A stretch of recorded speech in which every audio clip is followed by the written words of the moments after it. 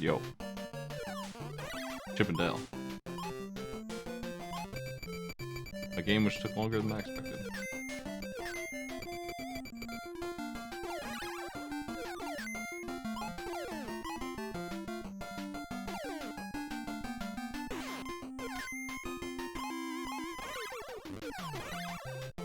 Oh, silly because I'm not allowed to die here or I win the challenge. I better watch it.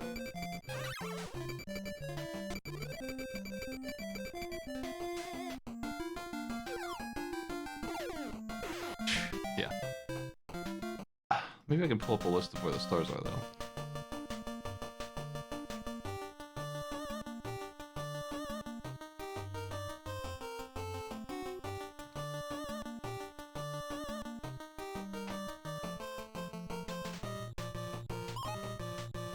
There's a video on YouTube of all 37 Super Star locations.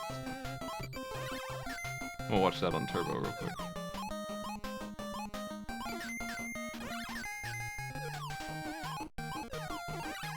That one above the flower. There's one in A. Above the box. There's nothing hidden in B. There's stars. Okay, there's one up top floor on B, and then there's another one down.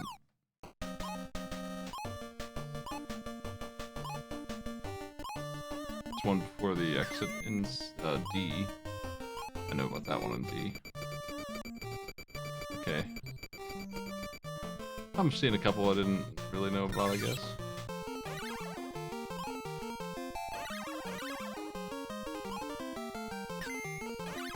Wow.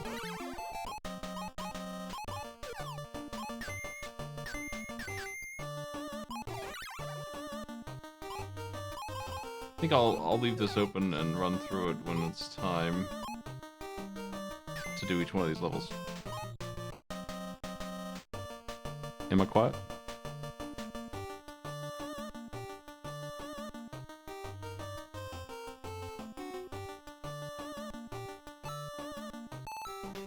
Okay. Okay, Chip.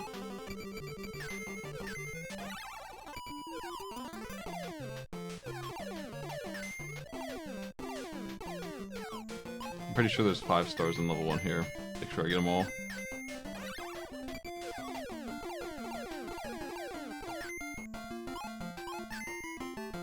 That video only shows me the hidden ones because they just assume I'll find the ones in the boxes. Because, why would you care?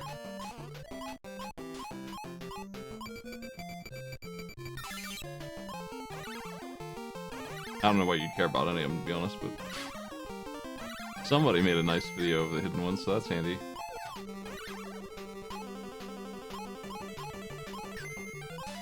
One of the achievements I'm working on here is no death, 75 stars collected.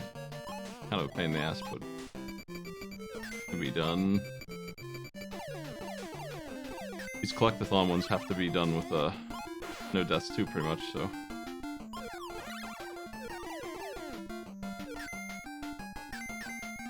Oh my god. I've taken so much damage.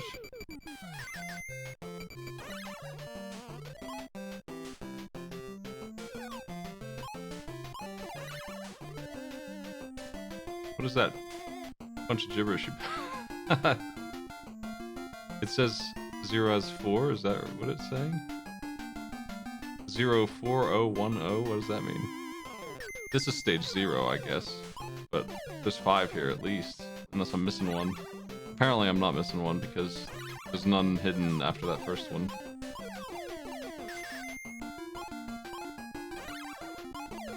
feel like there's a heal around, but hopefully I just won't get hit again.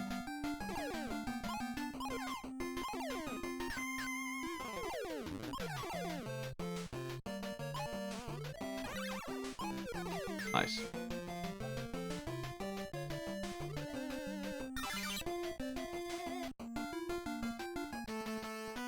What does 0010 mean?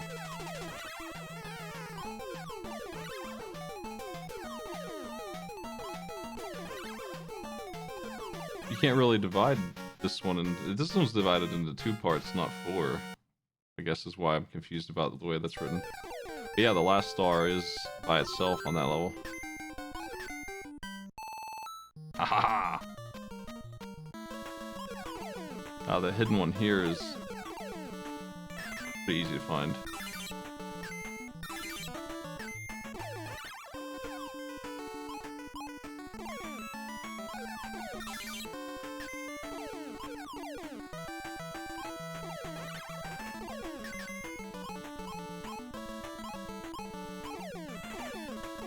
I don't feel like there's very many in this stage.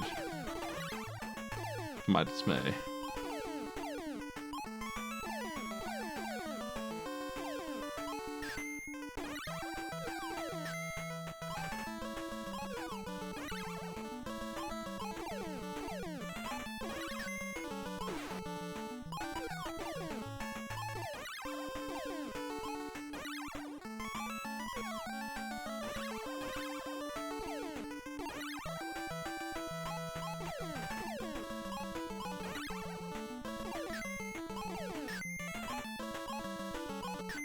Kind of it.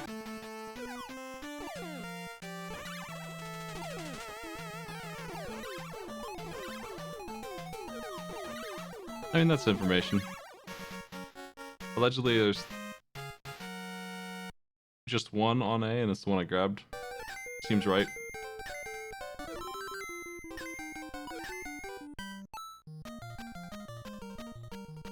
Stage B didn't have any hidden stars. According to this.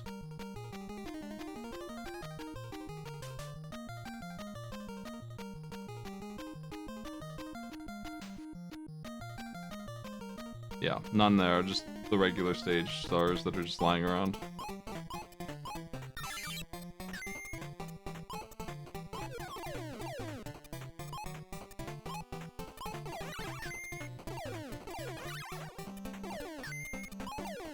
Star collection. The last tedious job of this game. And then we'll be doing Super C.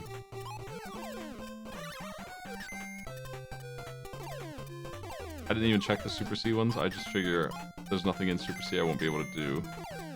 But we'll see, I guess.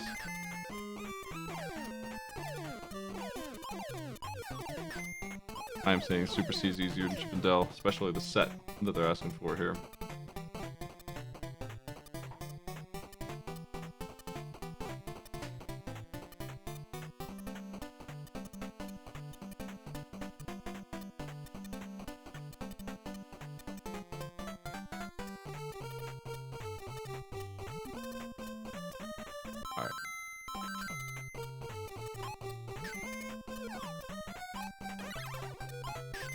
Knowing that there's no hidden ones here is kind of helpful.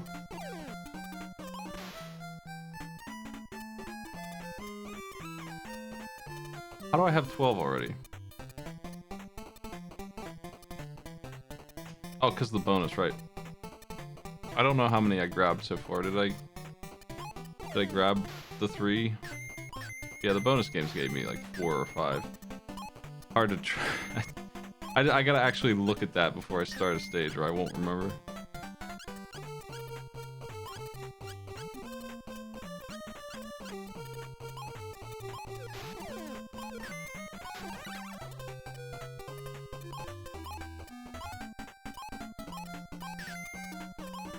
Oh, don't want to get killed here.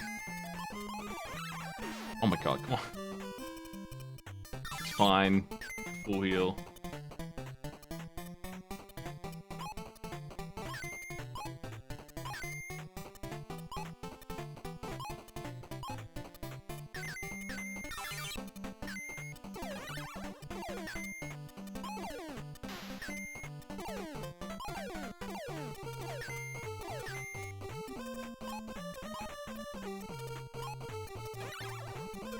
All Dales.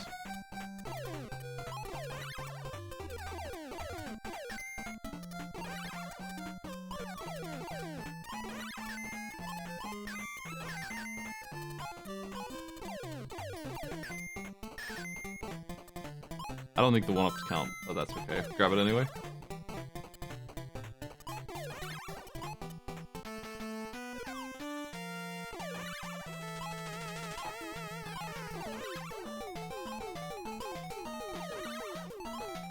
I basically need to run through the game at least 2 more times because one of them is going to be a perfect run of the stage, just no damage. What's wrong with the Super C achievements?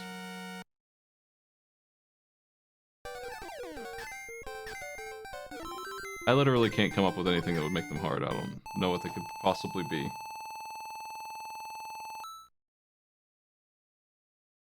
Finding stars? There are no stars in Super C. I'm gonna take a look.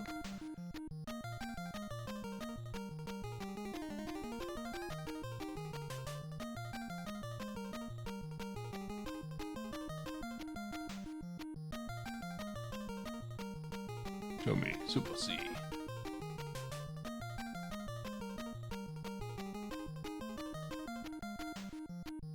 Probotector 2, Return of the Evil Forces. Beat the game without dying. Each stage, solo. That's fair.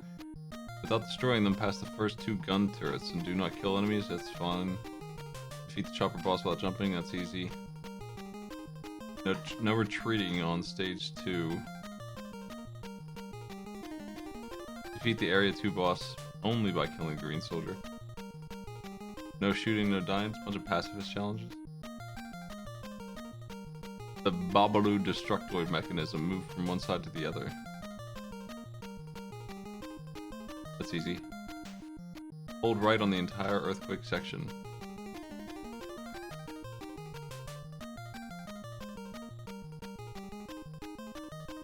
Reach boss 4 without shooting down, up, or diagonally.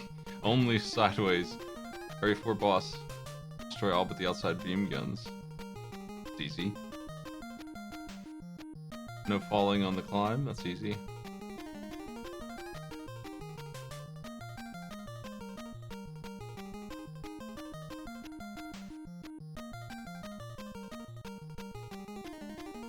Remain prone without killing for a while on the boss. Never turn around on stick. I think these are fine. I haven't run into anything that looks gross yet.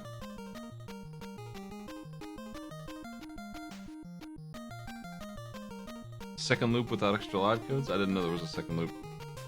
But I guess that's fine.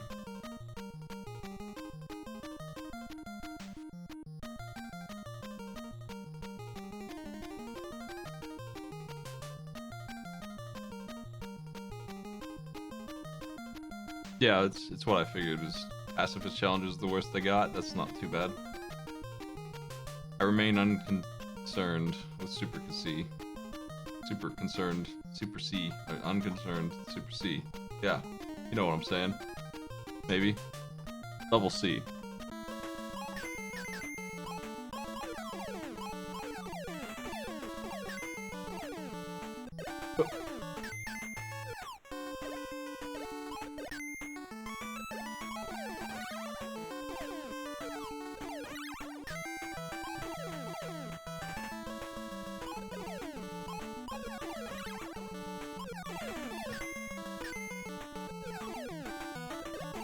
There's one up there, I guess, somewhere.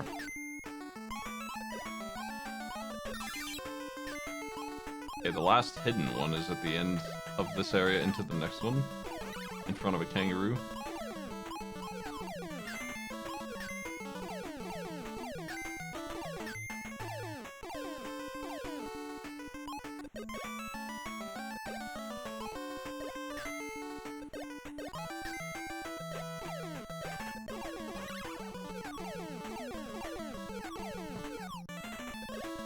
I gotta be careful here because the birds will get me.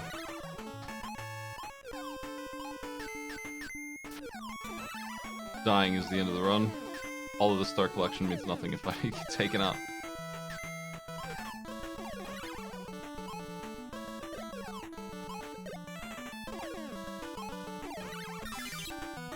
Okay, that's the other hidden one. The rest are clear.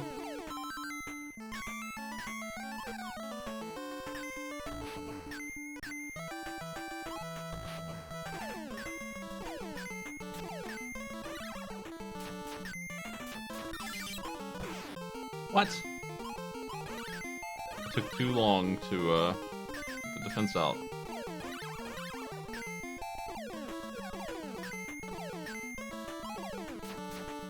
I guess it's every 10 stars, like coins, you just get a 1-up, and the flowers spawn a 1-up, and that's all it is.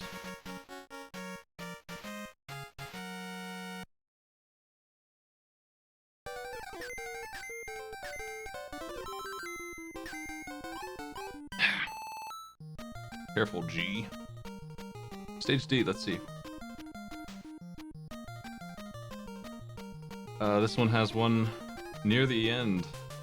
Just right in front of the boss. No, I guess that's not the boss. It's before the transition. And then after that, there's 2 in the next area.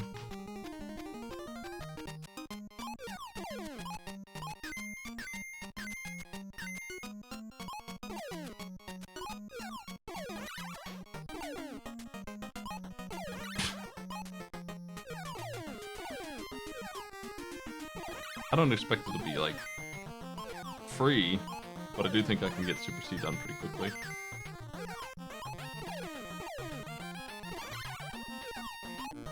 At least start it. Might take the second session. Yeah. That's not my words. Completing the levels might be tough, but I think I can get them. Especially Area 1.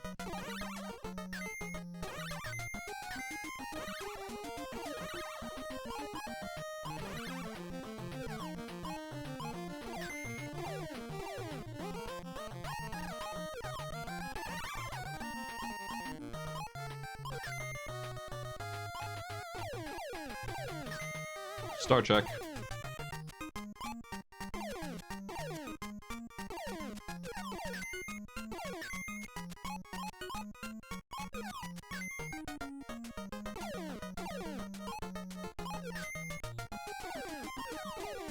Not being concerned with the fellas is helpful.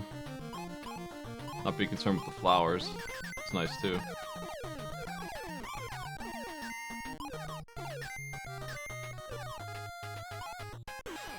Sure. There's a heal around here somewhere. Wow. Contra 3 sounded bad. Like, I was gonna do Contra 3, but it sounded like a miserable one to do. I might still do it eventually, because I'm versed in that game, but it's gonna be rough. It's gonna be one of the harder ones.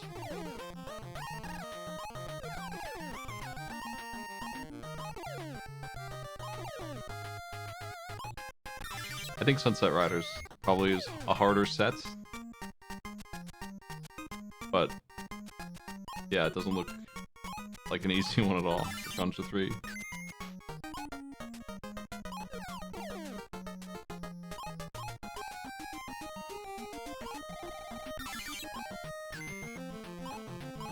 That's it for hidden ones. How are we doing? We got 30? Nice. I want the collectathon to be done. Like, this is not what I want to be doing in Chip and Dale, I guess. This is what I want to say about it.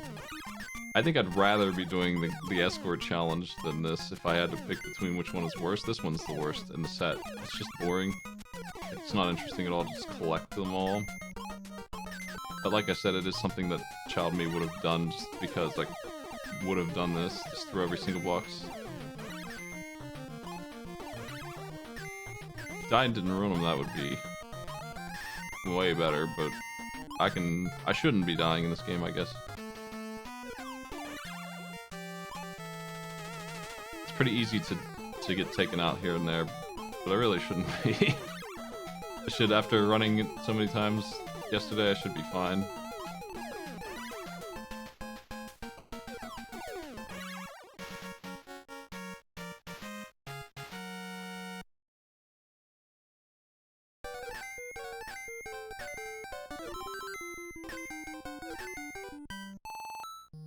I left A.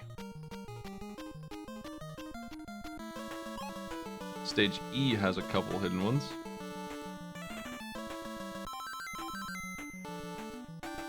There's two of them at the sand ant line thing. There's another one right past that, and then there's one at the very end beyond the boss door. I have 33 to start. Apparently there's 4, and then 2. Into Fractal's weird note.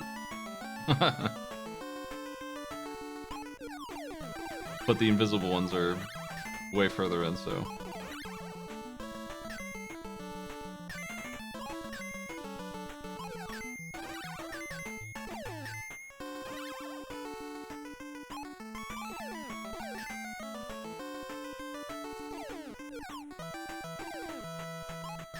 Deathless in Contra 3 I don't think bothers me very much, except on hard difficulty against some of the, maybe the brain, like that's rough. You really have to be on top of that one. That one's dreadful. I think I can handle Deathless on most of the stages, but that boss, on difficult, the brain and the one before it are both really rough, and so is the boss on stage 6, unless I have crush missiles.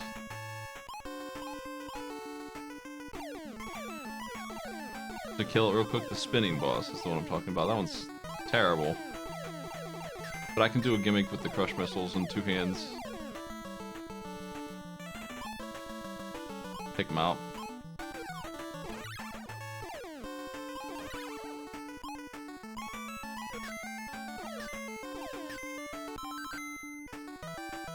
Whole game Deathless, but is it on hard mode or is it on easy mode?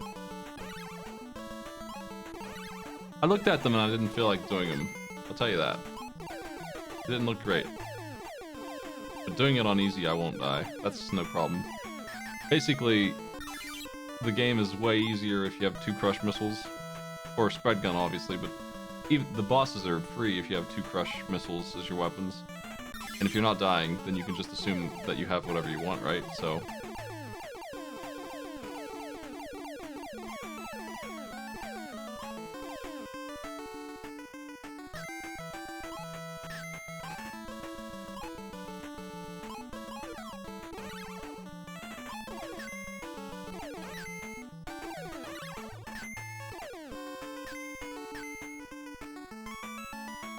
the bosses are the scariest part. On easy Contra, enemies don't spawn as much, they don't shoot as many bullets. They move slower. The bullets maybe also move slower, I'm not sure.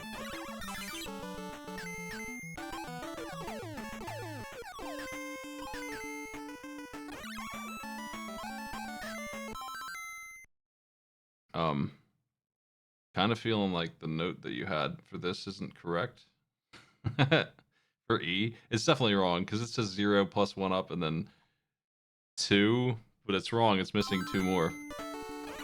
So there's more than your note said about this stage.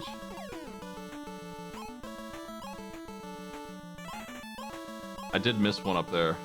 I could have gotten it and I didn't do it right.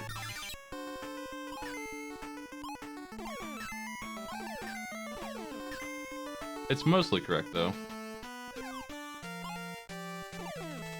Holy shit, man. Wow. What the hell?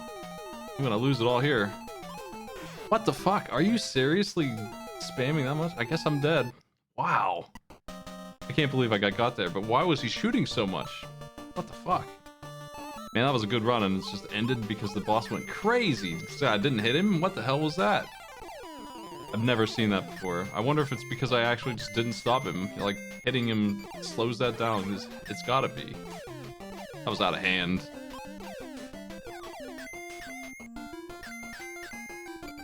Man, I wish I had a better idea. I wish I had a video that just showed me where every star is so I didn't have to pick up every box. Like for stage 1 here, I know that I'm done with this and I can just go. That's so much faster to be able to just do this.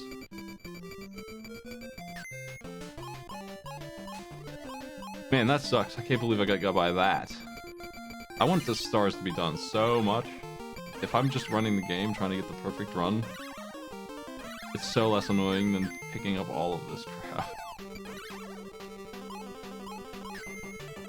I still have 2 collecting levels to do. It's I think it's H and J.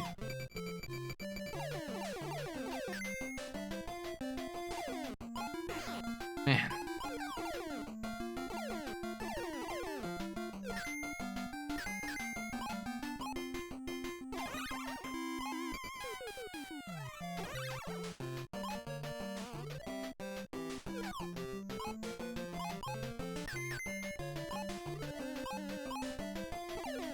Well, for level A and B, I'm aware that there's no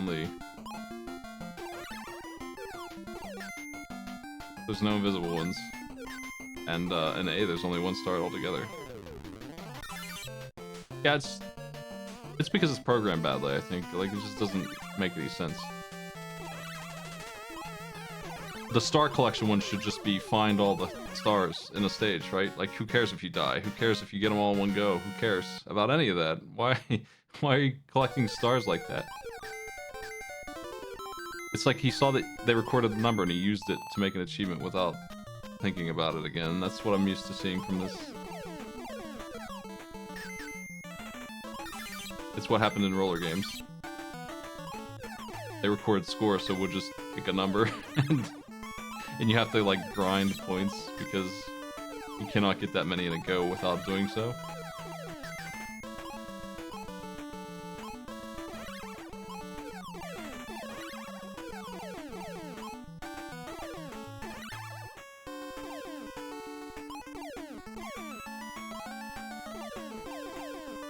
This one, yeah, he doesn't care about individual stages.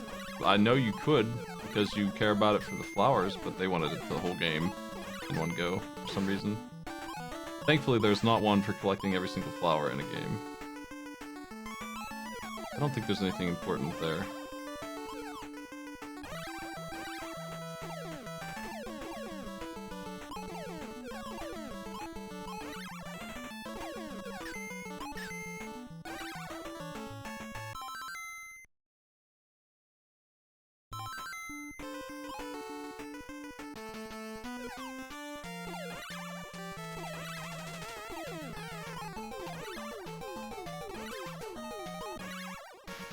Yeah, thankfully I don't have to get every one of them in one go, but I did have to get every flower, so the tedium, honestly, is kind of still there.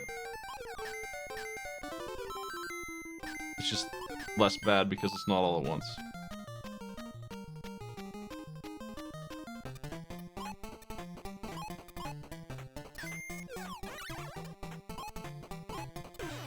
Ah!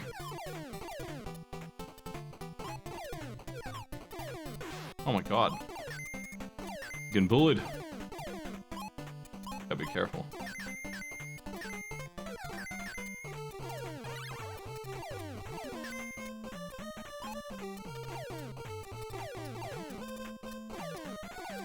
One of the game's only flaws, mechanically in my opinion, is how sticky he gets when he's got a box. Where you're trying to pick up a box. Sometimes he just doesn't listen. Usually it's pretty good. But when he does that stuff, it's rough.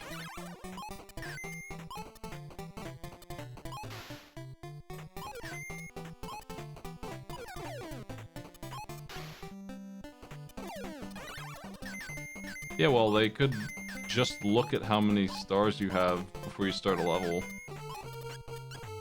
And then, you know, add 10 or whatever and say get all 10 stars in the level.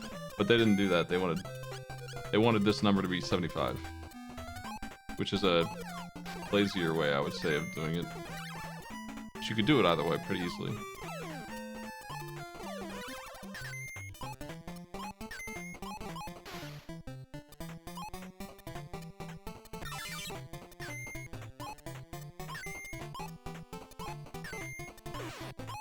Yes.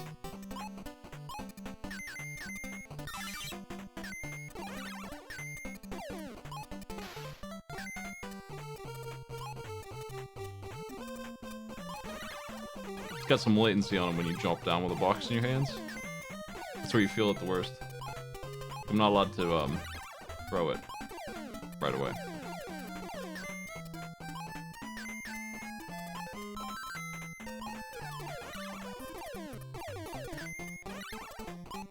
It's just weird because they did do it with the flowers. They did it correctly with the flowers if you insist on collecting the flowers. And I guess there's an argument to be made for that, sort of. But why didn't they do the same thing with the stars, I guess is the part I don't understand.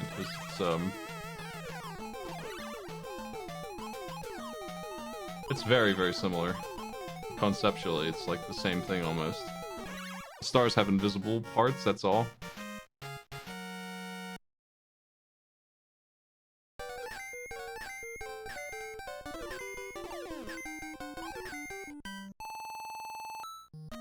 Okay.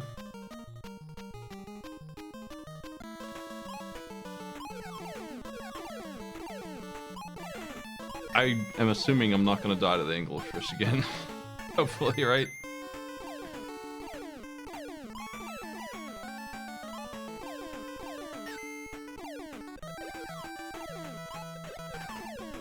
Is there any other boss I should watch out for? Not really.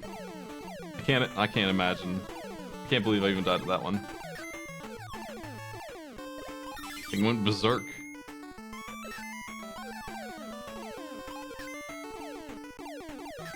If I start taking too many hits in a level, because I can only take 3, I just need to stop messing around and be more careful.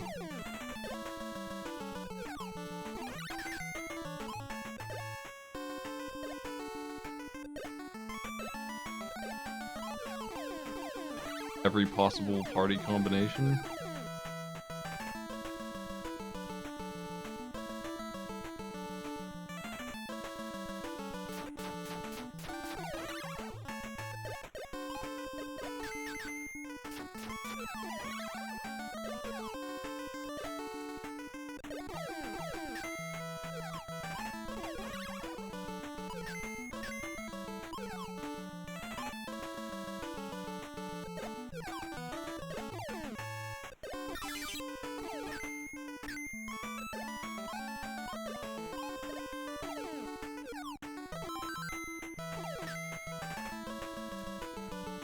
Are these fans? Who needs so many? What is they need so many fans that they stagger them.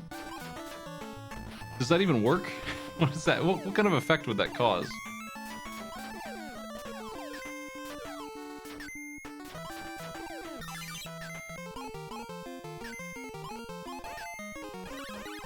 I guess I never thought about that they staggered fans up and down like that.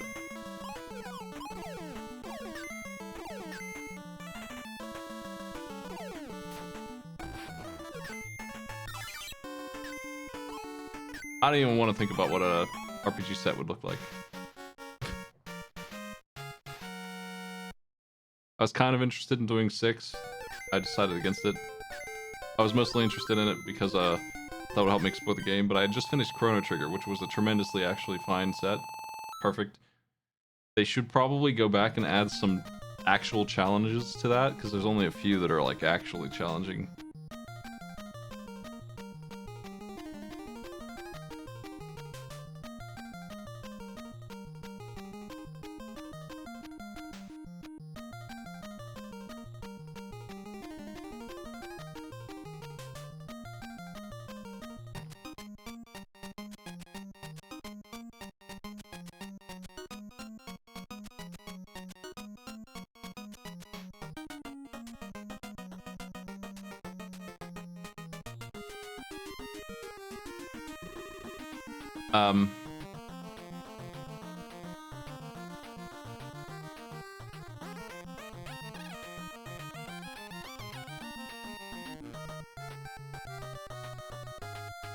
I'm just gonna type this out here. I've got the notes that are mostly sort of accurate, kinda, not every time, about which stage has which number of stars. So we're on D. And for D, I know that there's one hidden at the end of a level, basically. And then 2 more after that. These notes, however, they say 3, 1, 0, and 1. I don't think they found the hidden ones.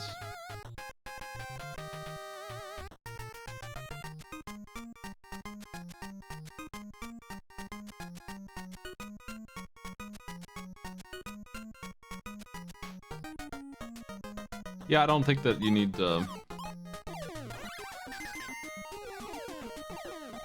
grindy achievements.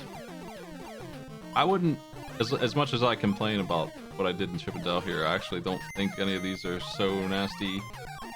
Except the stars one doesn't make any sense. The not being able to just take a death, like, what? Come on. Make a deathless achievement, that's fine.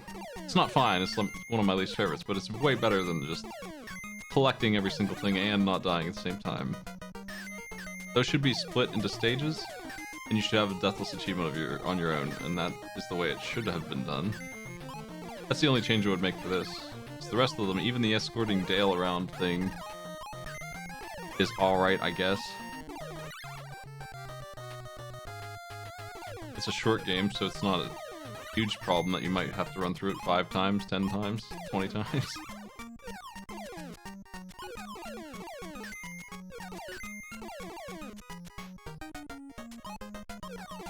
Chrono Trigger had a couple grindy ones where you would have to get a level higher than you would ever get in game, but that is because there's actually content hidden behind it, and even then it only took a little bit of time.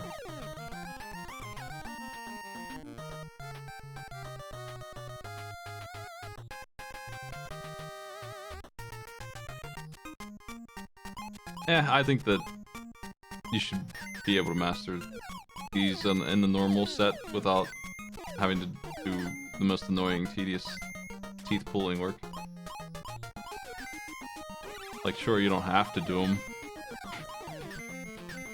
but they don't have to put in bad achievements either.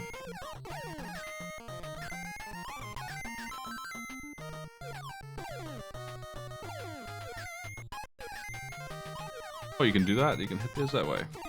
That's neat. I didn't know that.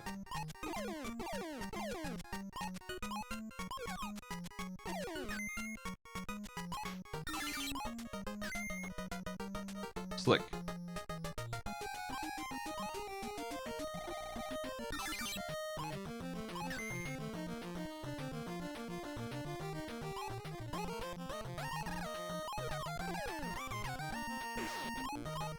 I would prefer, if it's hard to master one of the games, for it to be because it's hard, and not because I didn't collect a hidden star in stage E.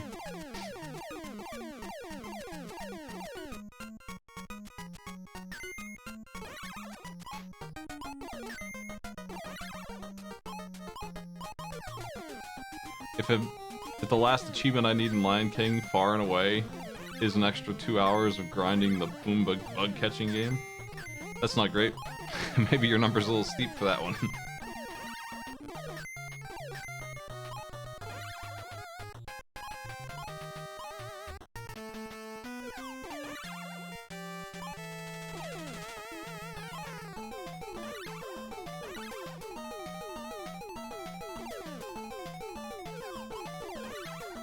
Well, I gave Chrono Trigger a pass because, like I said, as tedious as it is to get level 99, the game itself does have a reason to do it.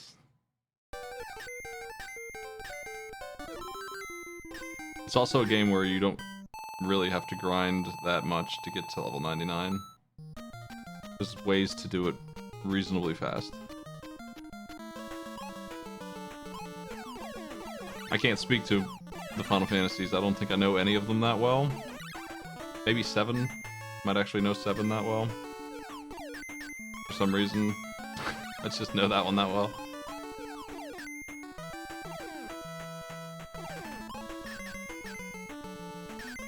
I like 2 and 3.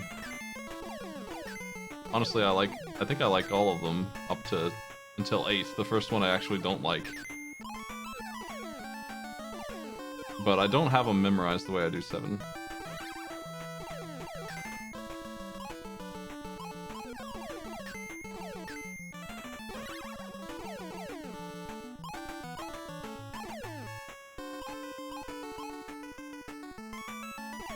There's nothing up there.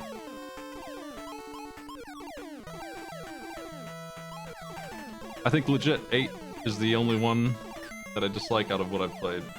I don't like 11 as an MMO. I didn't think it was very good. So those two, but I don't feel like that's a fair game to compare.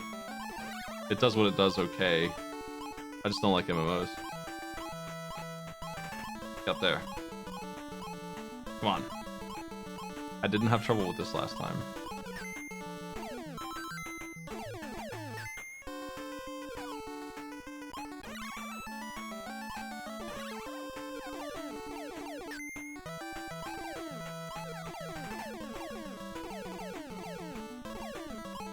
Oh, there's a couple egg enemies.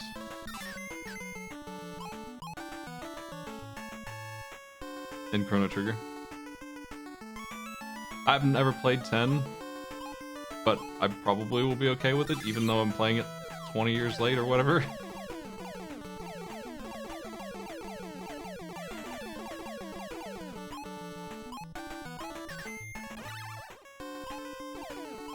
I didn't own the other ones. I didn't have the chance to play them the way I played 7.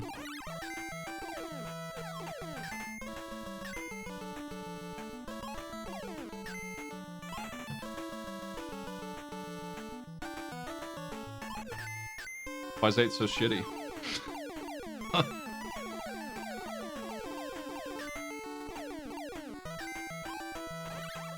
What happened in Final Fantasy 8?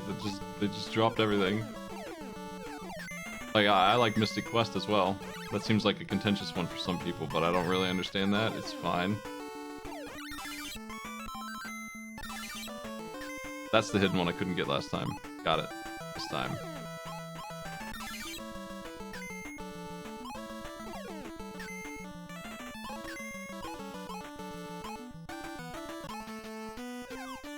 Oh my god.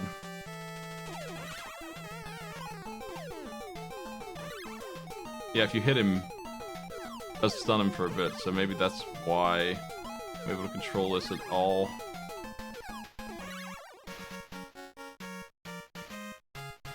Yeah, I figure FF10 is a big work of art.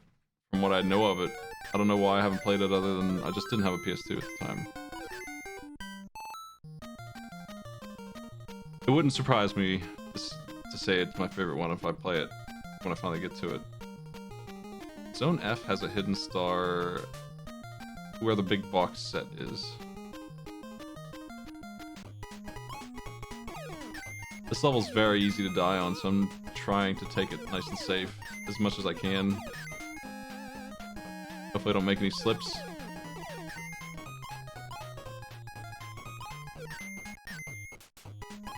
Like that. But thankfully the jump isn't super rude. Because I would say I would have died in Mega Man if I didn't jump that badly and hit the ceiling like that. That's the only hidden star here. I've never played any of the preceding ones. I think I tried to play 13 and it was really lousy. The start was terrible. And then they had me controlling characters I didn't care about after that. I don't think there's any stars in any of these. I'm just gonna go. According to my notes, there is one. But I don't think I care.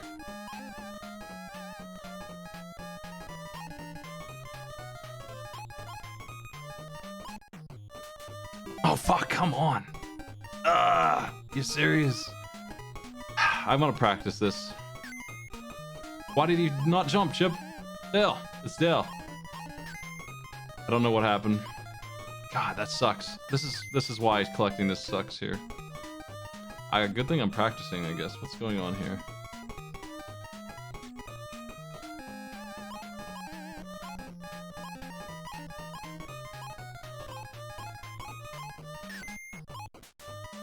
That's the way to do it right there. This freaking game, man. It's so much tedious crap to go through here again and do it again and again. Alright, fine. Back to work. This is why I didn't want to do it last night, because this is really just no fun at all. And ultimately, I probably have that to say about the achievements I don't like. They're not interesting.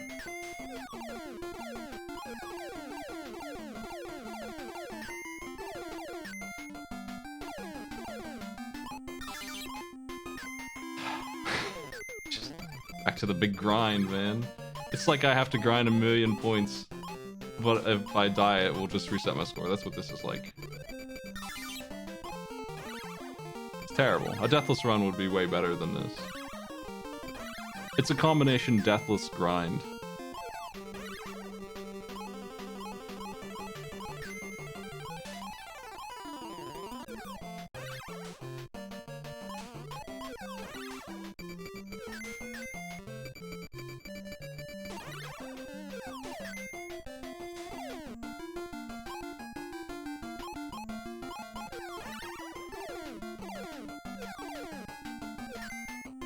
Yeah, pretty much every star in the game, more or less. That's questionable too, because there's RNG involved with it. Like, I can get 2 to 4 stars in each bonus round. That 2 to 4 maybe make a big difference, because there are like 8 bonus rounds, right? Maybe more. So, yeah. Not sure that I'm even gonna end up with enough when I'm done. Even if I get every single one, I might not have enough.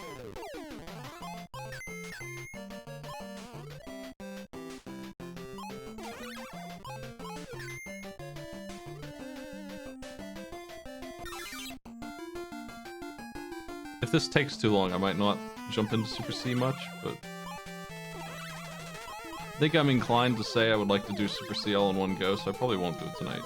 Just wanted to finish this game tonight. But boy howdy, if I end up not finishing it tonight, that's gonna be super annoying. This dumb game is not done. Ha! There's only 1 star according to this in all of A. I don't know if that's true. But it's either 1 or 2, and there's 1 hidden star up here, so I'm just gonna go.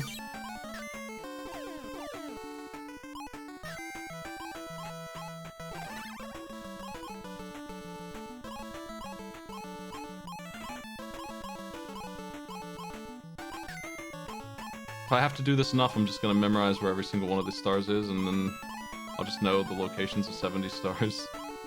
Then finally I'll achieve it.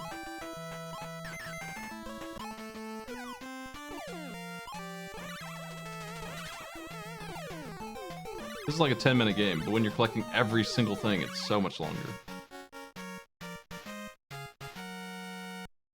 The 1-up is not always in the same place. You're talking about that 1-up right there, right? Like, it moves sometimes. I don't know exactly how it's positioned, though. It's always in the red box when it is there, but sometimes it's not. Sometimes it's a regular star. Sometimes it's not there at all. But the other stars are much more hard to get a hold of sometimes.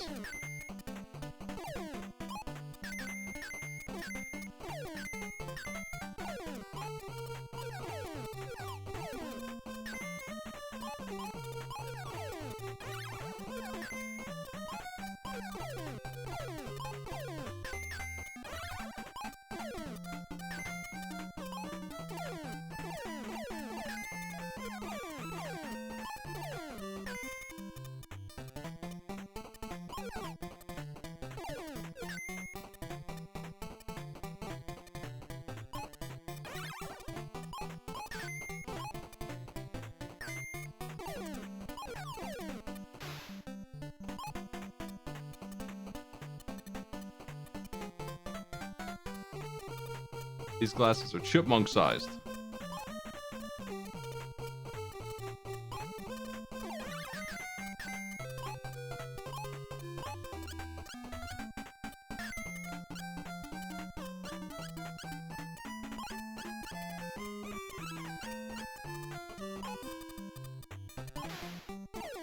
Yeah, the 1-up doesn't move in the bonus rounds. It's either there or it's not. If you watch this run, you're gonna... I guarantee you're gonna see it just be a regular star, and maybe even a flower, at least a couple times.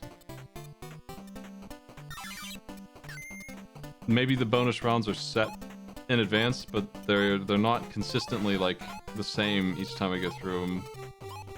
And I don't have that memorized. That would be really hard to memorize, because they change from stage to stage, at least, if not based on clock or something.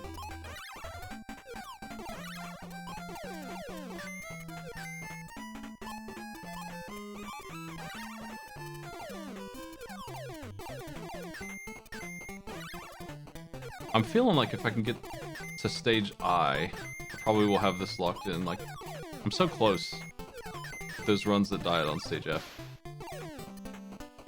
Not a whole lot of threats in G.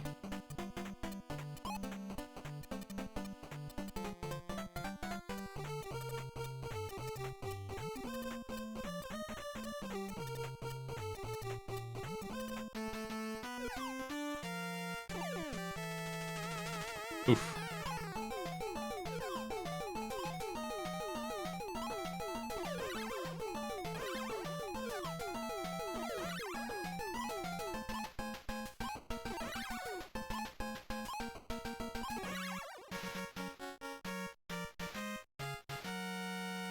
FF12 seemed like a weird RTS kind of thing. I don't really understand what it is.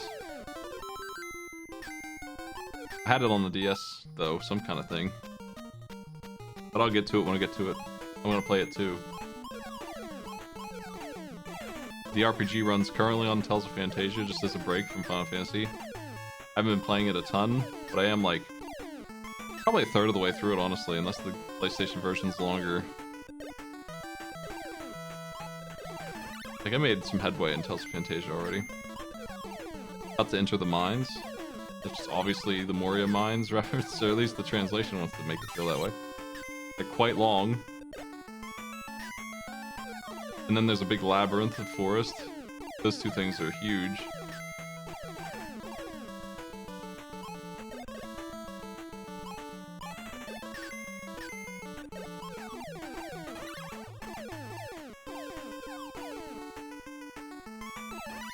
I don't think I will like modern Final Fantasy combat, and that's probably starts with 13, maybe 12. Like, I'm not into it at all. I think it's uninteresting.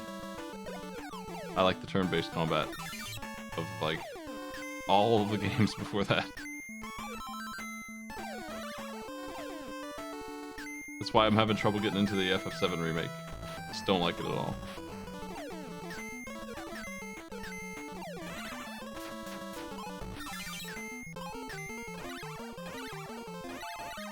And that is a game I was waiting for as long as anybody on this earth. But when I picked it up, didn't get anywhere, a couple hours, just done.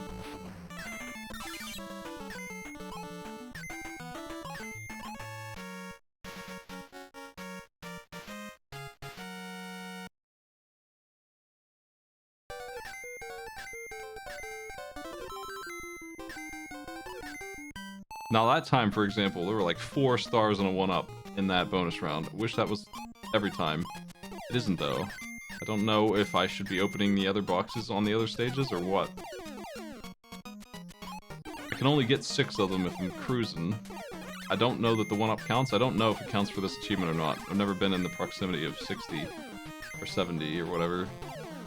The challenges that are left are like 50 and 75 stars without dying. And then some perfection challenges those will be easy comparatively. Like, I can just race to that stage and just do it until I'm perfect. Stage J is the only one that's going to be really tricky because there's a part in Stage J that just isn't great. I always get hit there. I don't know how to do it yet.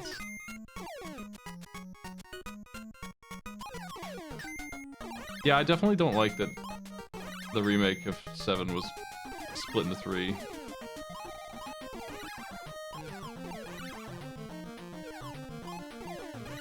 Some people are going to disagree probably about that, but I don't feel like the story is good split up that much. They're expanding on things that I don't think are interesting.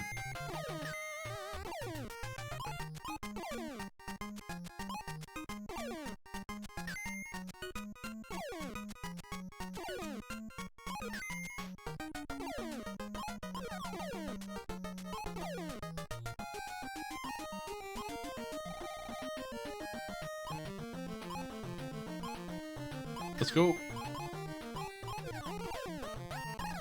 Check all box.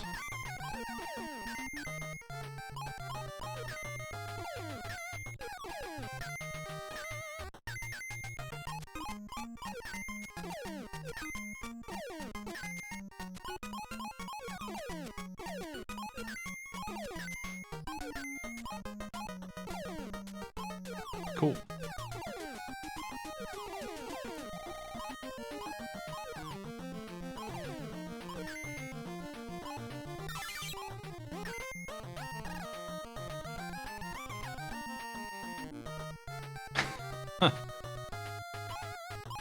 Something about the side quest in a game like FF7 Remake just makes me not want to do it. I don't know. Because I do all the side quests in games like Oblivion that I can. Maybe I just lost my patience for side quests.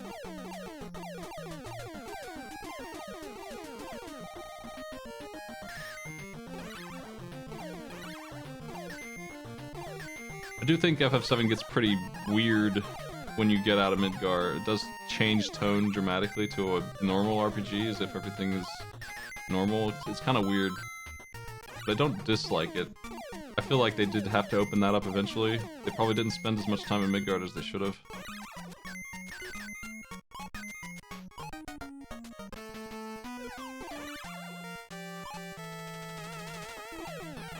They're kind of just like, yeah, what if we just left? They just leave and they follow Sephiroth, I guess. I don't really actually know why they left originally. They meet at a town and discuss him for a bit, and then they decide to do something. They follow him, I guess. I don't remember why they go across the lake there and all that stuff, plot-wise. I feel like they just saw him running around and they just kept following him, and that's why.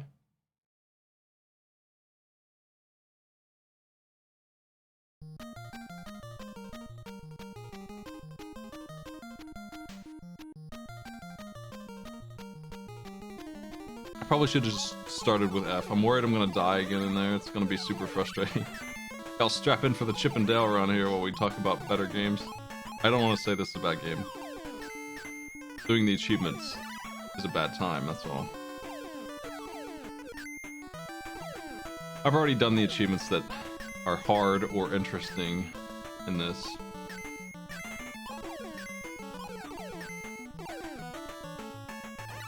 But this game has the co-op energy of the Wii Mario game.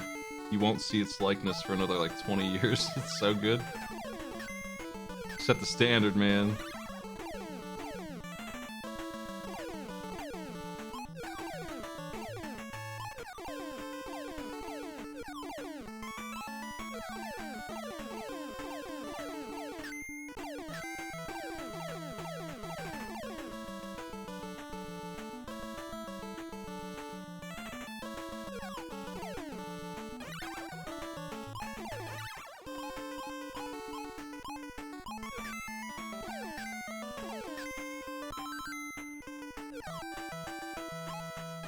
I tried to play Etrian Odyssey 1 all the way through. That's the only one I've tried.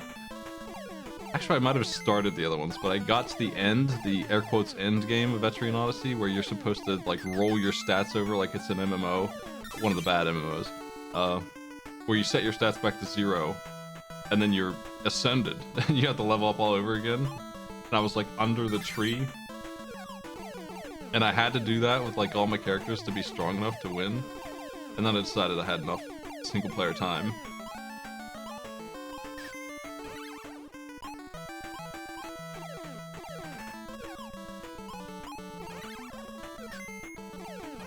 But I did really like the map drawing system in that game. I thought it was a neat take on that.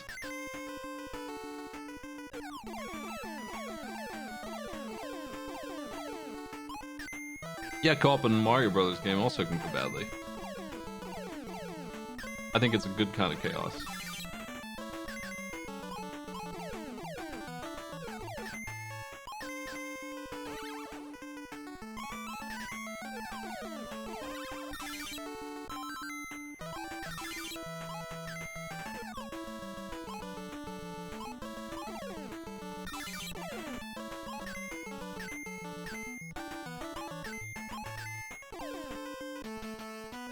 Don't underestimate this damn fish, that's what I've learned. Make sure I'm throwing this at him at all times. God.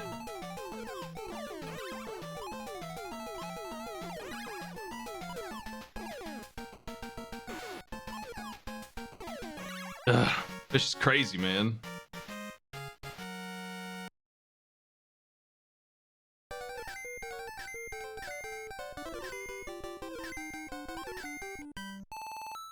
Watch out.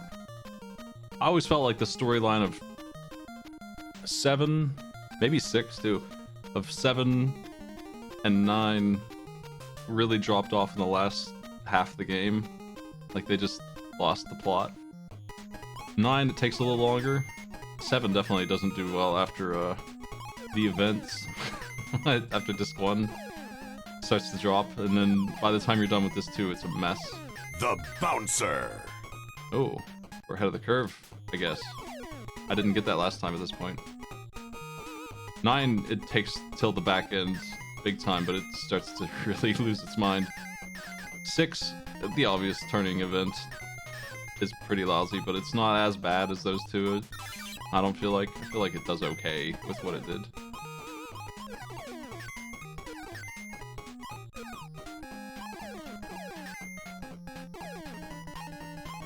Alright, now I'm gonna try not to die doing what I did last time here.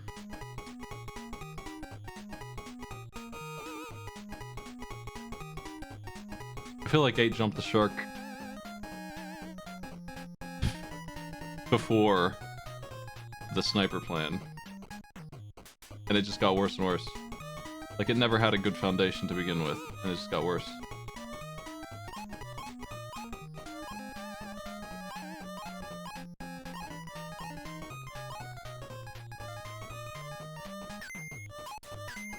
There we go. I'm through. I'm alive. All right. This could be it, folks. We could be done with star hunting. I'm confident with the number 52 that I can get to 75 here from here. There's so many in the next stages.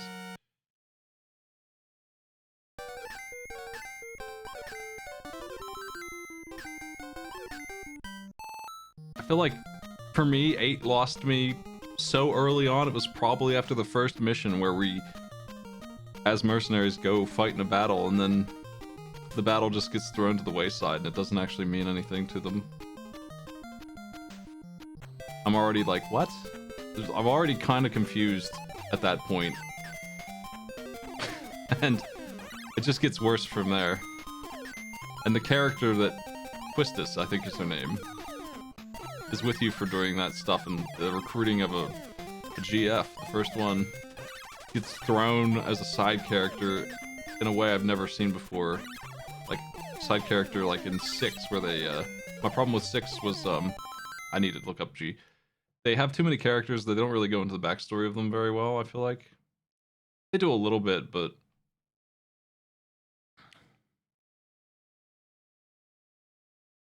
I'm watching, and I'm seeing that I missed 2 stars already, maybe? I need to watch it here. There's one. Okay. I did not miss them.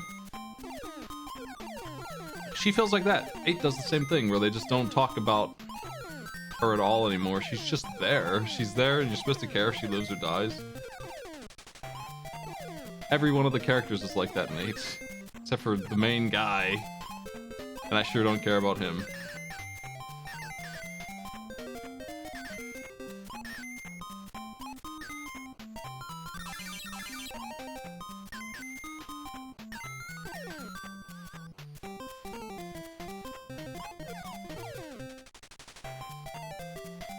We're so close. I'm still watching the video here for this level. Let me see. There's a lot of hidden stars in this level. There's one below the wine glass coming up on the bottom floor. And then up top, where the sand lion things are back again, the ant lions. There's one near the exit of this area. There's one near the bricks. Okay.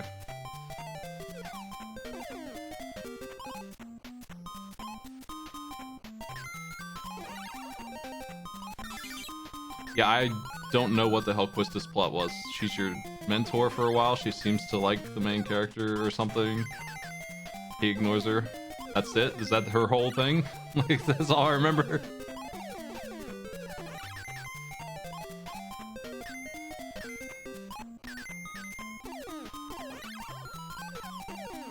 She likes Squall. He didn't notice or care. That's the end of her lines in the game. That's pretty much it.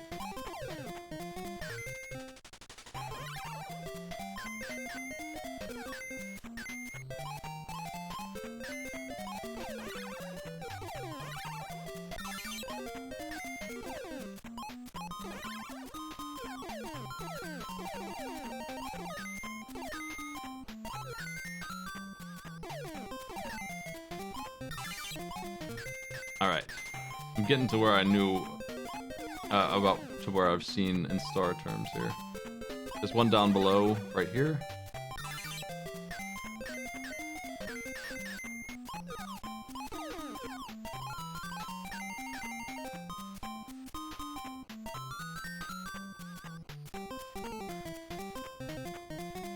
I still don't really understand the plot of 8. Maybe if I played it again, I would. Let me see. What else we got in this level, if anything? Nope, that's it for this level's hidden stars. Yeah, this game's music's a jam.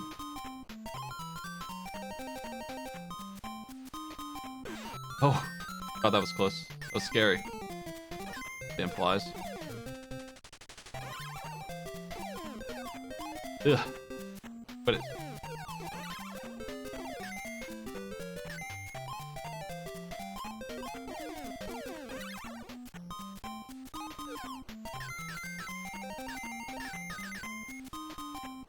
I suspect that 1-ups don't count. Or I would pretty much be done already. I have 19 lives. That's what happens when you collect stars, I guess.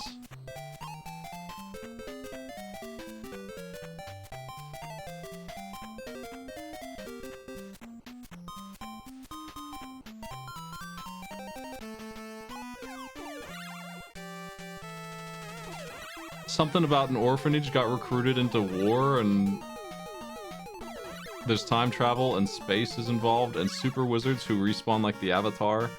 This is all 8. This is all FF8's plot.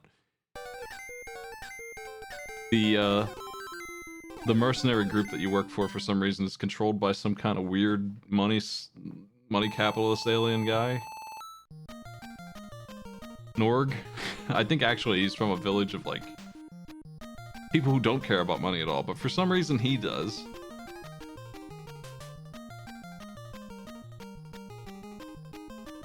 Like, he's demented for money. He's the kind of guy who buys a home improvement manual for $100 and brags about it on YouTube. That's Norg, as far as I could understand. Yo, Loon, what's up? Thank you for the host.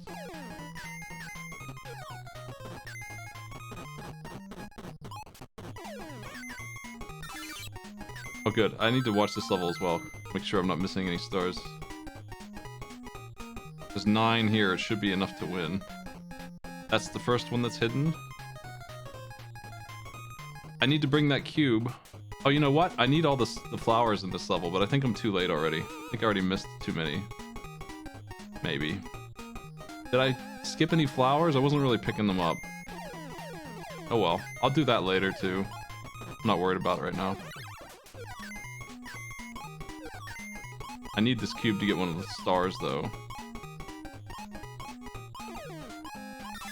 Getting the flowers is way easier than getting the stars. So I don't have to do it all in one go. I can just come to the stage and do it. I need to get it perfect on the stage anyway, so whatever.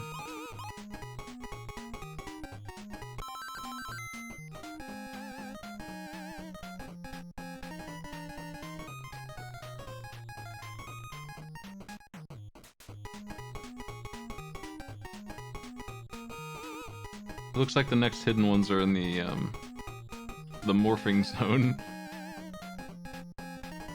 And then at the end, there's 2 more. Okay. I'm done with this achievement, actually. It's unless I die right now. So I better watch it, because there's a lot of flying enemies coming in this area.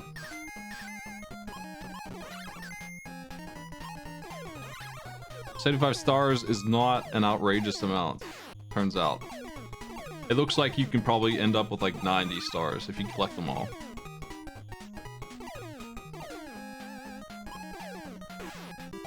Are you serious? I got taken out. I missed him. I was 2 away. I'm gonna do this this one while I'm here. I always die to that guy when he comes in like that. He's all ready to get me. I was distracted. He needs taken out in advance. Let me get these. But now that I know I don't need every single star, I can just run through.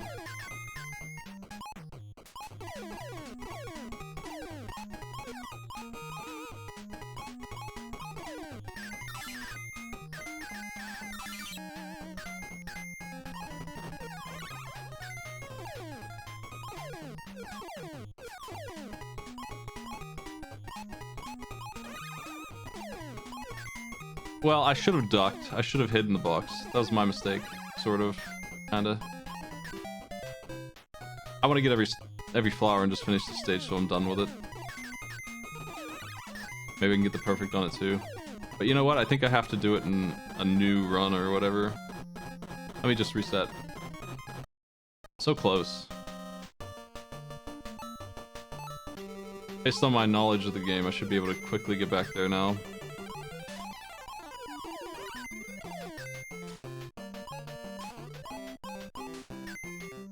I was distracted talking about FF8. Forgot that there's an enemy who's likely to get me if I'm not careful.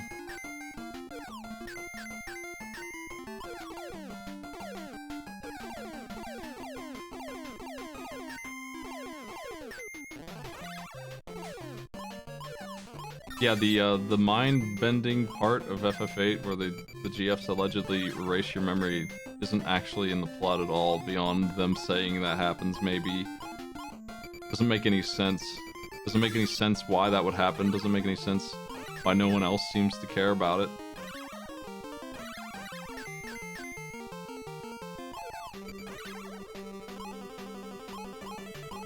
This is not a relevant plot point at all. Makes me feel better for not knowing what the hell's going on because it makes me feel like I'm one of the characters, I guess.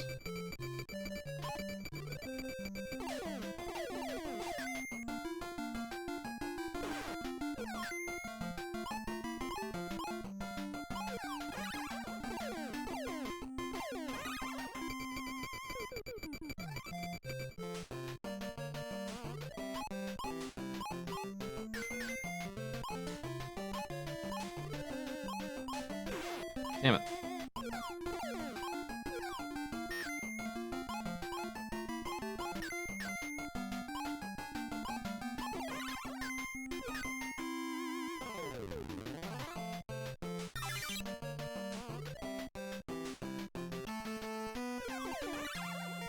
I don't think you can blow my mind on FF8 because I don't remember any of it. We went to outer space and wrecked or something and didn't die while doing it? I don't know.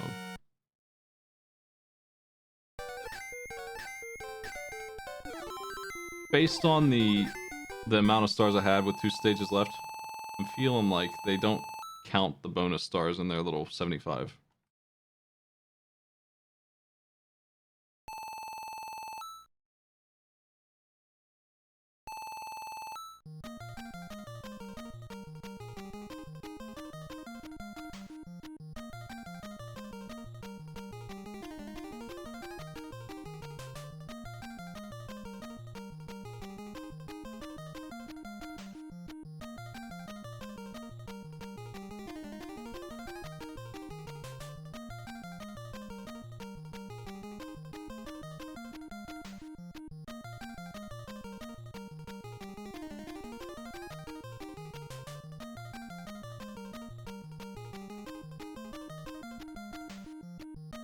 I'd love for you to blow my mind though with FF8. To be clear, throw it at me. Very interested in what you got to say about it. I can see that. The mechanics also annoy me, but they're not dissimilar from 7. Like, I like 8's mechanics more than I like the modern RPGs. So, if you're just looking for an action game that is an RPG turn-based format, and you don't care about the plot, yeah, that's fine. I can understand that. There are a couple things that 8 does that are incredible. Like, the thing with Odin that I don't really want to spoil if you haven't seen it.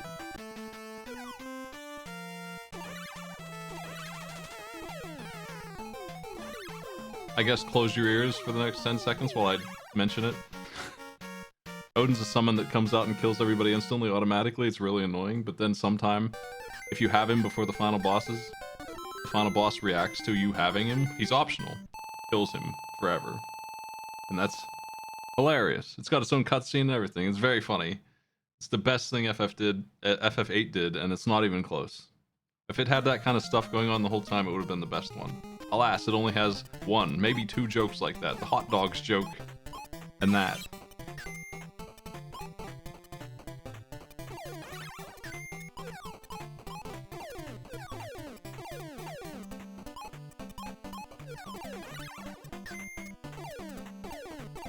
It's really hard to collect items because you picked up Odin and he kills the enemies instantly that you need to mug.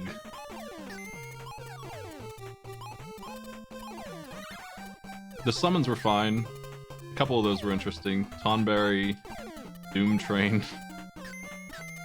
There's always some good summons in those games. It looked graphically okay, pretty appealing graphics. I'd say it was one of its strong points.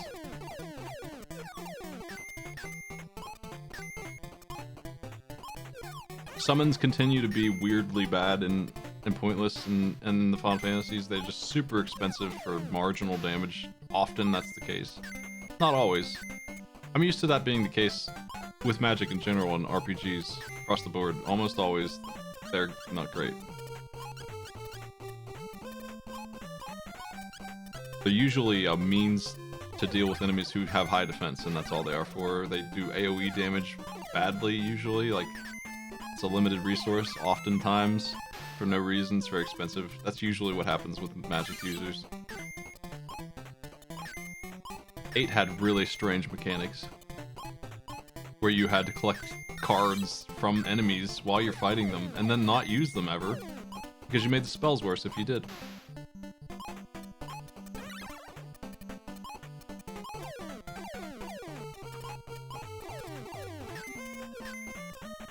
I probably never will get to play 16. Unless it's on PC, maybe it is. Maybe I'll play it someday that way. I'm not gonna buy a PS5 unless I get one at a yard sale in 20 years for $5.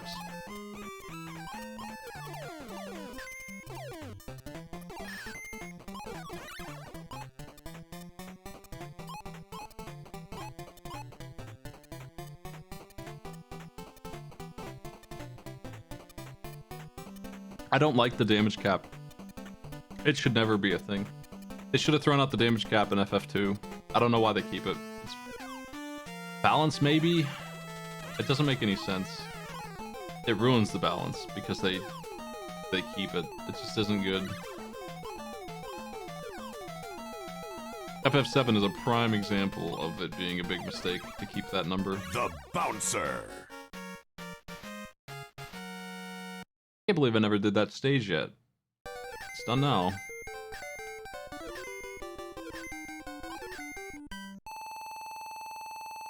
Careful, guys. I just saw Fat Cat send some tough-looking characters to Zone D. Also, watch out for falling iron balls. Throw something at the iron ball switches to stop the iron balls. How's my dramatic reading? It's my gadget voice because I don't remember what the hell she sounds like.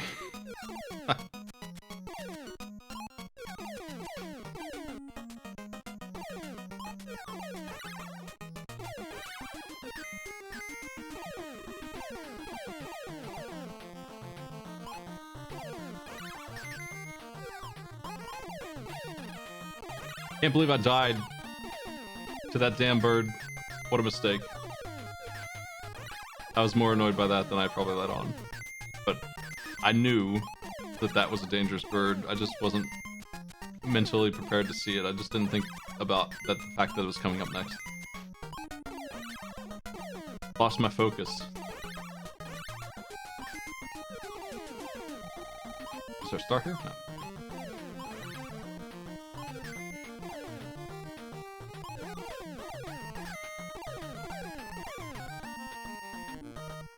Yeah, I know why it was the number in the older games. It didn't have to be. But I get it. And you know what? It's not a big deal in those games. From what I've seen of them and in what I remember of them, they don't tend to hit 10k. 7, though, has no reason at all to use that number as a limit. And they do tend to hit 10k constantly. There's so many ways to hit 10k. They have enemies who have 1,000,000 health in that game. Like, literally. And ask anyone what their favorite character for combat is, and it's never gonna be like Red 13 or Yuffie or anyone like that. And it's because their limit break doesn't let them break 10k. They've ruined those characters in the balance because they refuse to get rid of that number. Omni Slash is better than whatever the hell because of its ability to hit for 6k 16 times or whatever it does.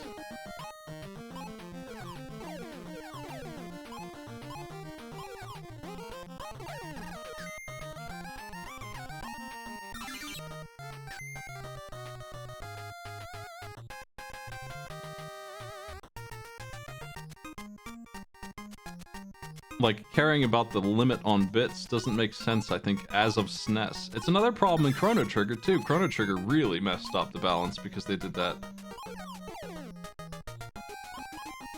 They cap your health at 1,000, and that's all well and good, I guess. But the numbers need reworked to make that make more sense, including healing. Your heals heal for like 400 or 500 easily on the whole group, and so Marl's useless at that point. Once you get to that area of the game, she's no longer good.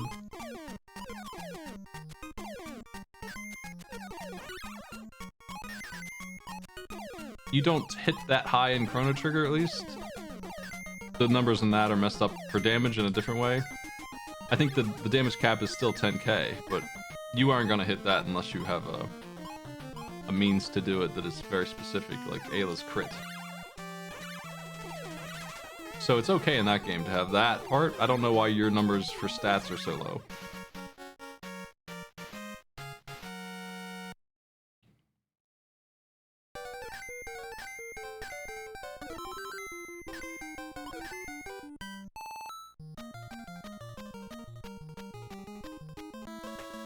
I'm not skipping a level here. We're still looking for the 75-star achievement, unfortunately.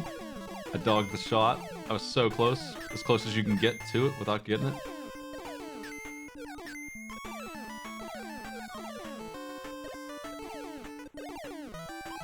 I guess for the sake of completion here in this video, I might as well check out where the other hidden ones are in case I don't know. I'm looking at this video for reference later in the later 2 stages. I'll show them off when I get there.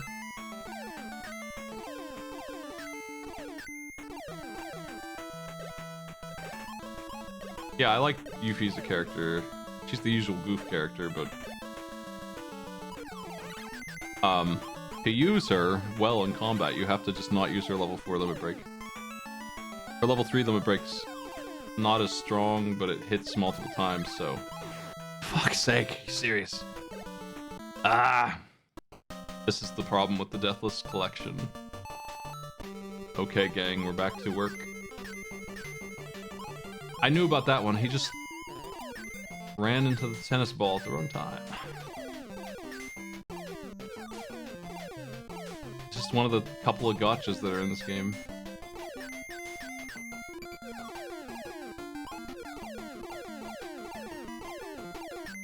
Well, the difference is dramatic, though. Even if you're not paying attention to numbers, you probably are going to notice that Sid does high wind attack and hits for 1 billion damage, and Yuffie hits for like 3,000-4,000, and that's it.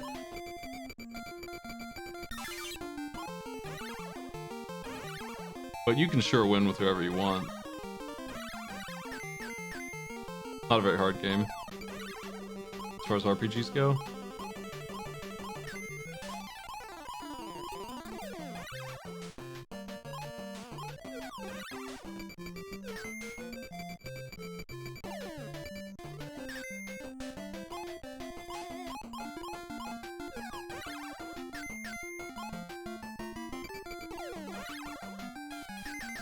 I missed a star back there, but that's okay. I don't think it's gonna matter.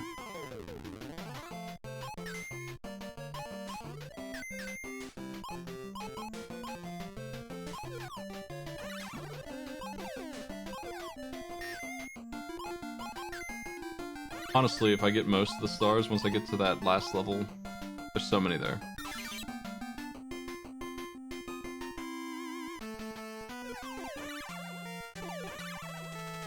Kat Shi or Kate Sith or however you want to pronounce it is, I think, my least favorite character in any of them. Plot-wise and otherwise, it makes no sense why they are allowed to join the team, why they are allowed to stay on the team.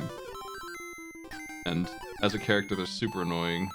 In Dirge of Cerberus, a game which I played, unfortunately, their main character, along with Yuffie, so you have 2 goof characters. That's just super overpowering.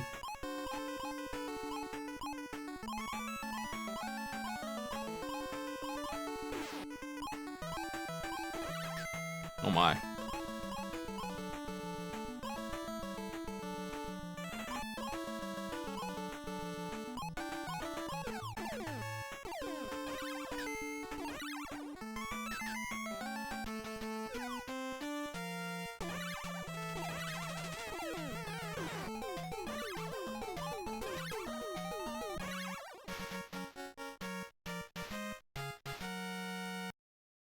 Setzer is also on my list of characters I hate, plot-wise and otherwise. Hi.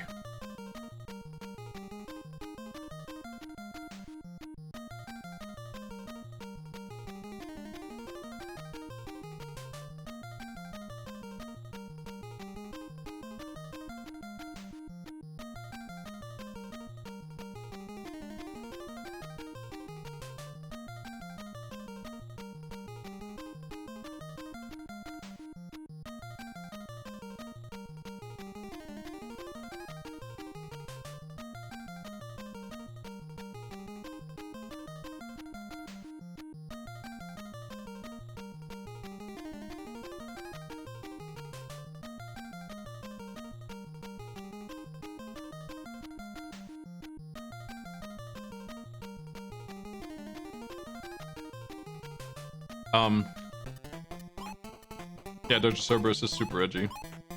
Benson's father's name is Grimoire Valentine. That's how edgy it is. But those two have voiced cutscenes together. And yeah, it's my understanding that Kate Sith is remote controlled all the way. It does not have AI. It's my understanding. But I might be wrong. Either way, it's that weirdo who doesn't really get any development on his own character. Reeve, whatever. He doesn't really say anything or do anything much. He has like 10 lines in the whole game.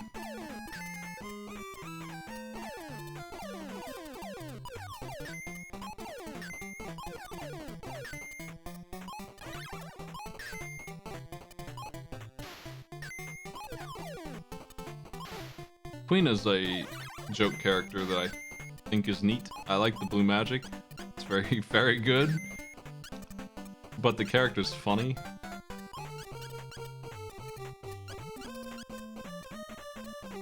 That's why I did a voice reading on it on the Arcade Pit episode at one time, yeah.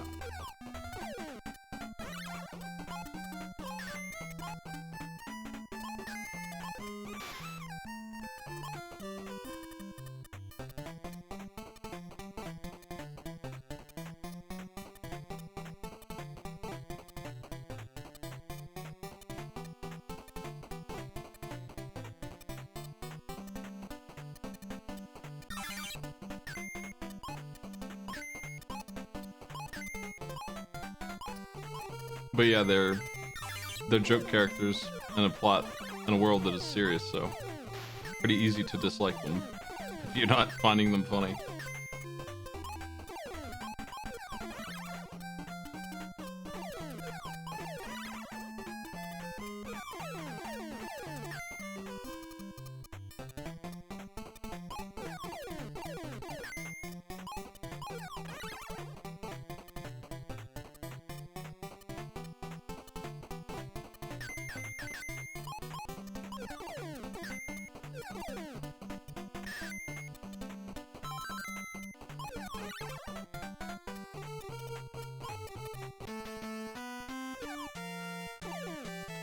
Oops. Better watch it. Could easily take some hits here.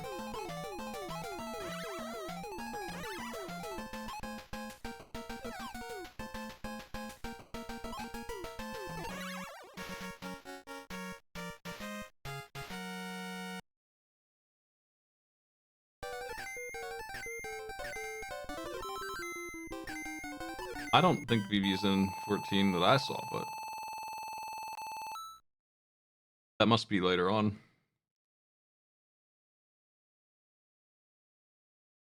Oh, okay. Yeah, I never ran into them. It doesn't really make any sense, but that's fine. I dressed my character up as that. I was one of the little fellas, and I dressed that way, obviously. It seemed like an obvious choice. I liked Black Mage the best out of the classes I was playing in that game. Ultimately, I didn't really feel like classes were different enough to care. They had so many, but they were all very similar.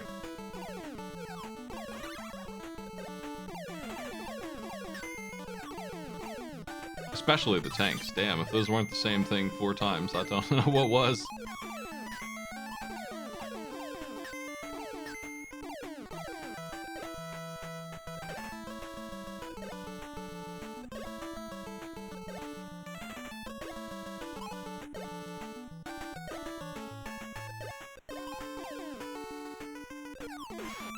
Oh my god, dude, not again. Really? I shouldn't have tried to fight them.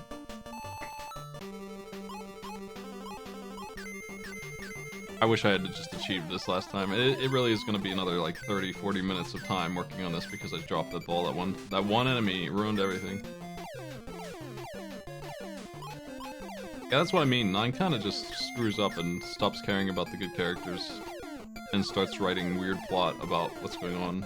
I guess was going on the whole time, you know, it was always the plan, but it just feels like...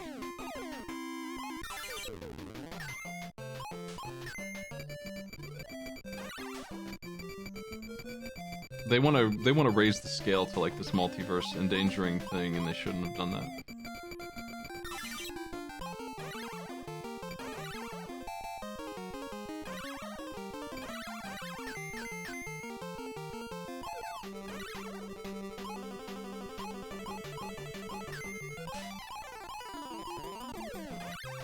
My main driving point for 9 was to see what happened to Vivi, Freya, and Steiner. I didn't really care about anyone else. And the more they focused on the other characters, the less interested I got.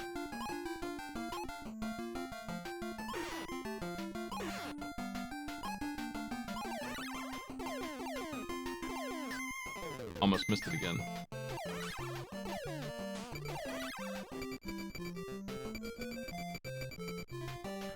The bounty hunter guy and the other summoner, the little girl, I don't even remember her name because that's super not a character I care about. Honestly, what did she even do in the plot, or that Dagger didn't already do combat-wise? I don't even know.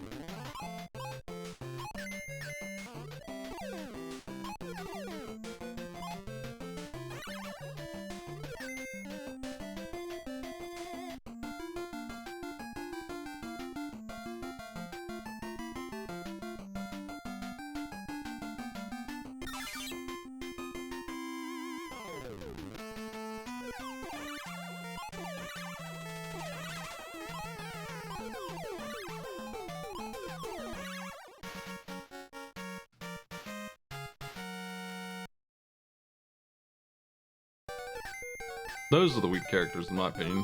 They're always going to have their joke characters, so I don't think Queen is. I like that one the most out of the joke characters, I think.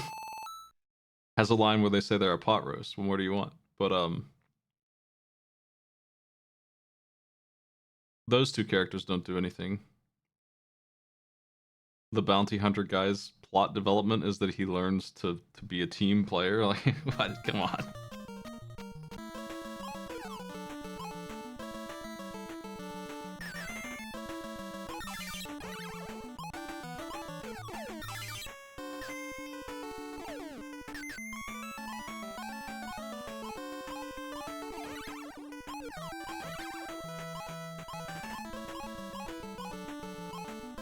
I don't think I mind the way they tried to split things. Like, it would have been cool if they did it well. They didn't really do it well in 9.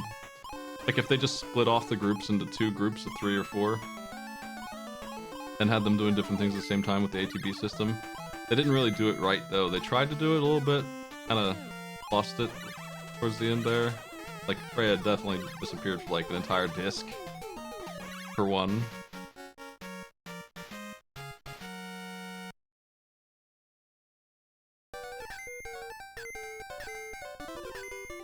There. What the?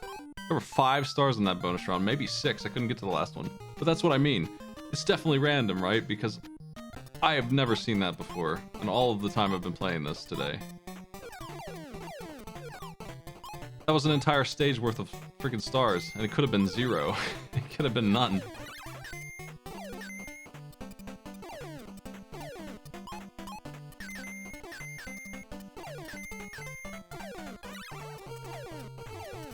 I'm not convinced that the bonus round is truly random. But this achievement isn't that bad because it doesn't care about that. It just cares about finding all the stars in the stages, I think. Unfortunately, it has to be done in one go. That's the problem.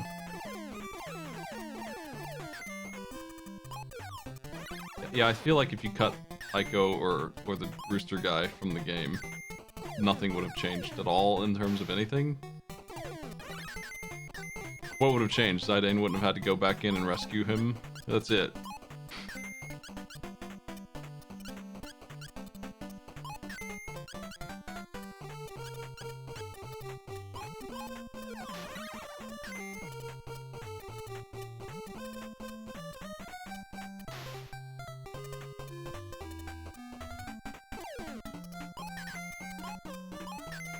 Oh.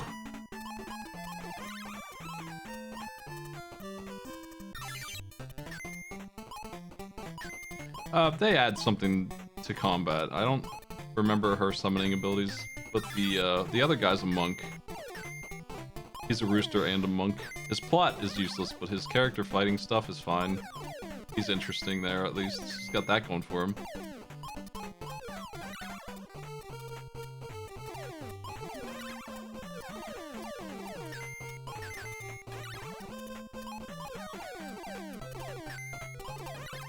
Oh, he's got some kind of soul ability that does something weird. Standard monk stuff.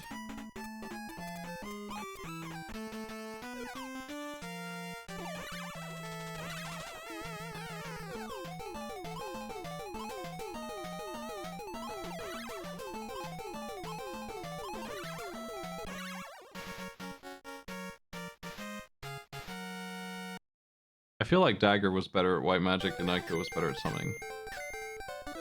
That might be the way it was. But if you really didn't need both of them, honestly. So, whatever. That's why I don't remember.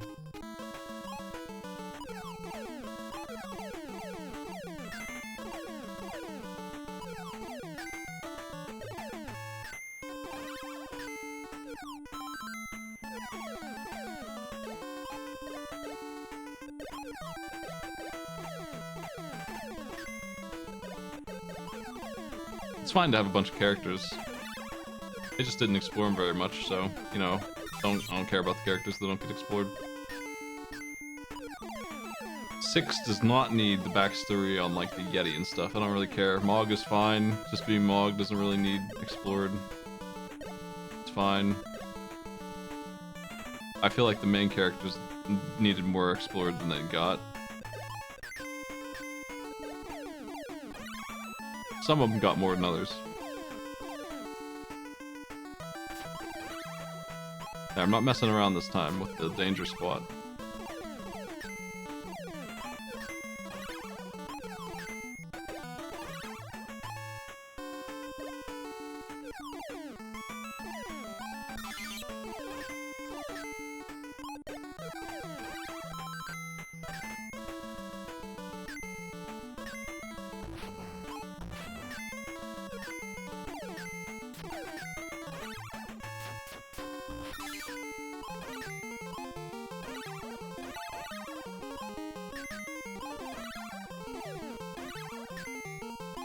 All right.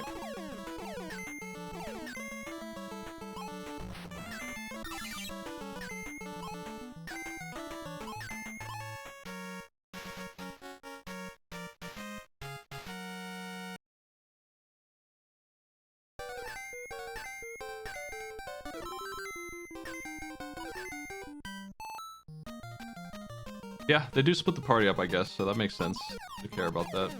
Like I said, it's fine. Like, I like to have 9 characters, I guess. Just for combat options. As long as it's easy to keep them all leveled up, and it kind of is. And they all have different, like, abilities and sub-abilities, like passives. So they're somewhat different.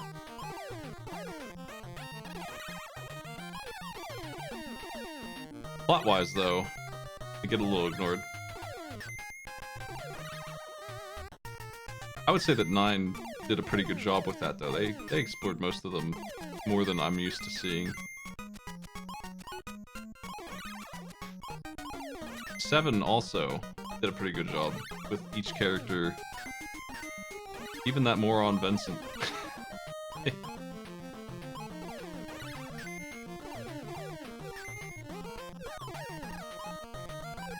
Only the joke character in 7 really didn't get explored.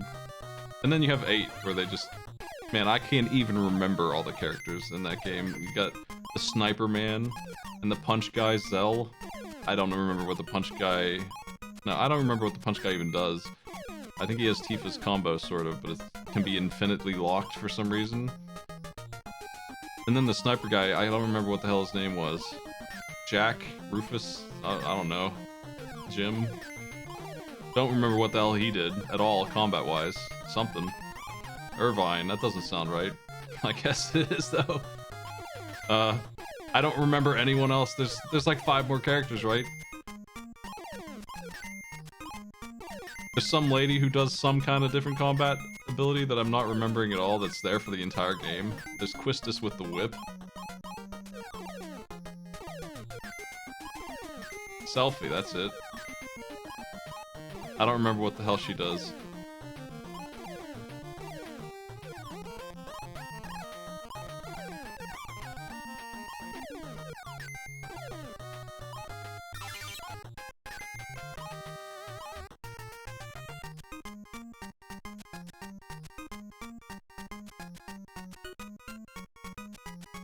Chrono Trigger has so many characters that it's a joke. They don't even try.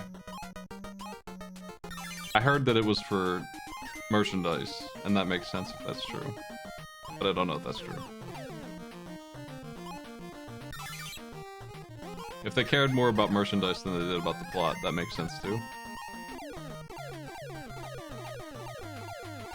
Selfie's the one who has the ability to instantly kill anything in the game, including the super weapon. With a spell called The End. I remember that. If it's the slots.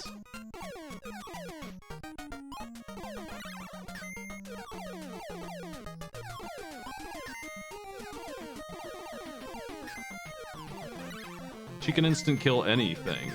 Anything. Including the super boss, who is apparently a more violent super boss than normal. I didn't actually beat that thing when I went through, I don't think. People told me not to bother.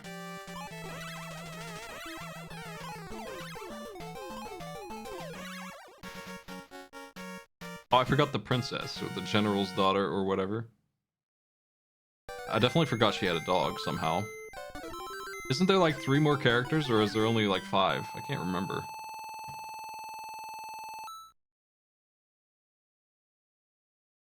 Yeah, Chrono Cross. Chrono Trigger's fine. Chrono Trigger has 7. And they're all known. Only 6 characters. I guess I got them all? Like, if I sat down and thought about it for 10 minutes, I would have been able to remember all 6 of them. And then there's 3 dudes on Laguna's crew, but I wouldn't have remembered Laguna's name. And I sure don't remember his friends. I would have forgotten about Cypher. Even though he was like the main bad guy. Would have just completely forgotten he existed. Even though I was talking about what he did earlier.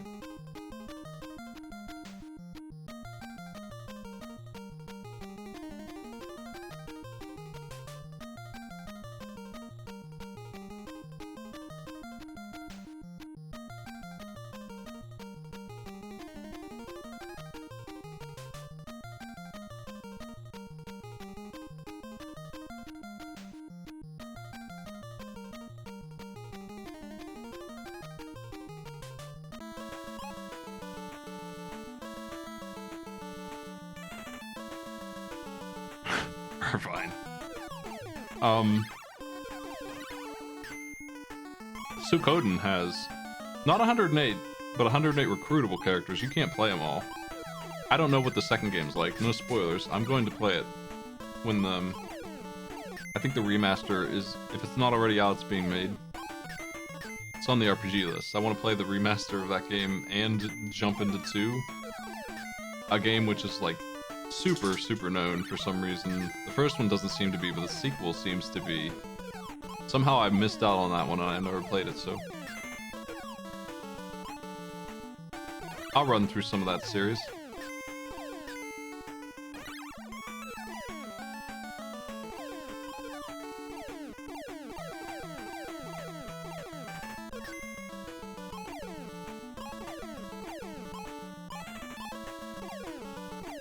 Suikoden 1 is cool. I like it a lot. I like the combat system. I like the way you recruit characters. A lot of them are not playable. Like I said, one of them is just a guy who runs the elevator. Like, you got a dude who runs each type of shop, and you got a swimming pool man.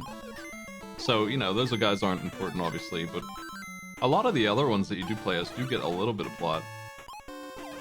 each, despite there being so many. I've never played the Suikoden games beyond the first one. And the first one I would recommend. It's good.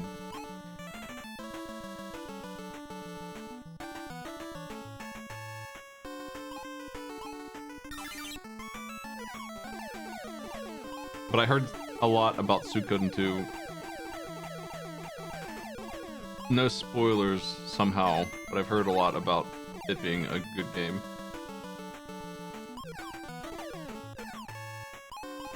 And if it's just more of the same but better from the first game, then hell yeah. The first game frustrates me a little bit because you have the same kind of problem you have in 6, where they give you a relic that does something essentially cool, like being able to run. And you have to waste the relic slot on that. You get the one slot. You also have a really tight inventory in that game, but yeah, you have a thing that it does one of the best things I've ever seen in an RPG. It disables combat if the enemies around you are too low to benefit from. It just turns it off. But you have to waste your slot on that. Also, it has a really strange XP system where you instantly level up to about the same level as everyone around you if you just fight a couple battles, like 1. You could take a dude from level 1 to like 40 if everyone else is 45 in one fight. And so you can catch up all those people really quick.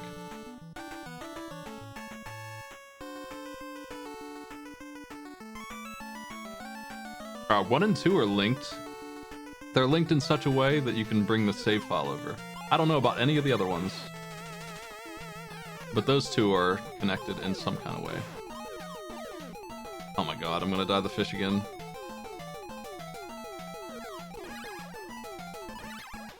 Maybe. Oh my god, he shoots so much. Ugh.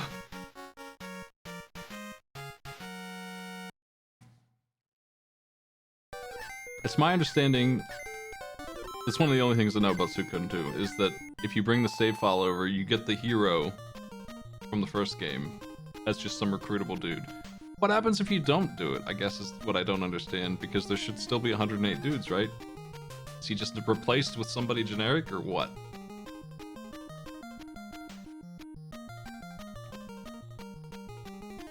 No spoilers. I know who comes with him, but that's also a spoiler. If somebody's gonna play Suikoden 1, they won't want that data. That's cool. Is there no other benefit to bringing your save file over? Like, it's just a little cameo and that's it?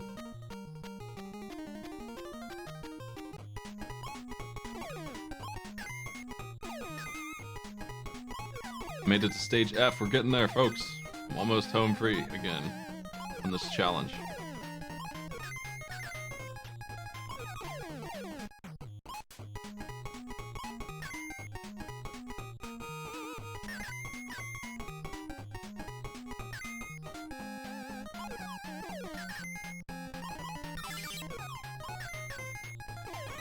Oh, that's interesting.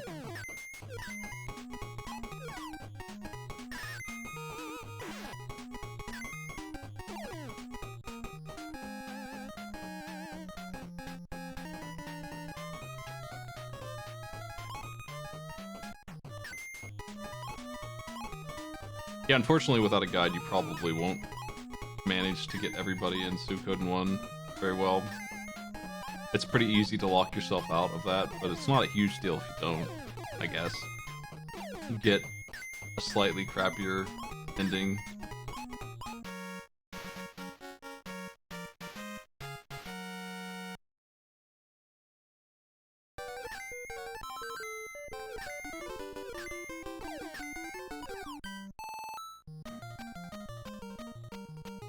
Good work. 52.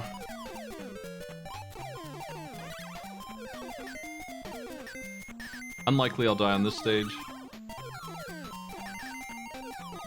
There were a lot of hidden stars here I might be missing. I'll try and find them again. Oop.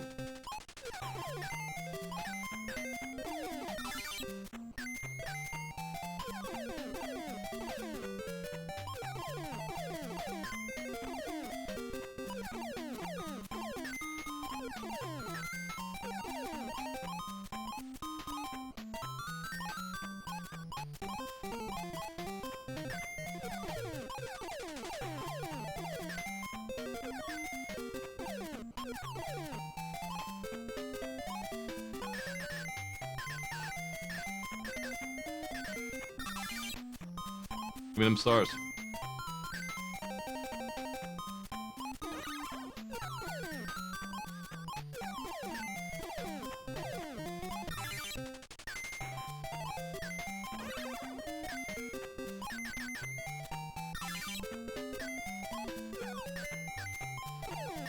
I might have missed that one last time, that one hidden star there.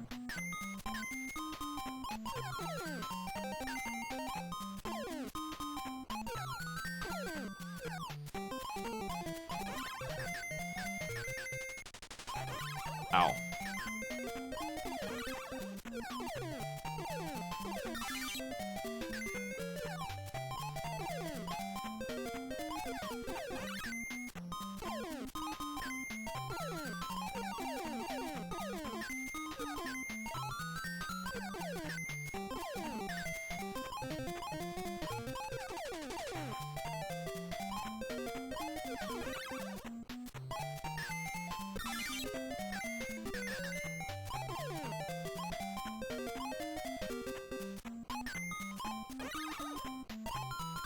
Oh.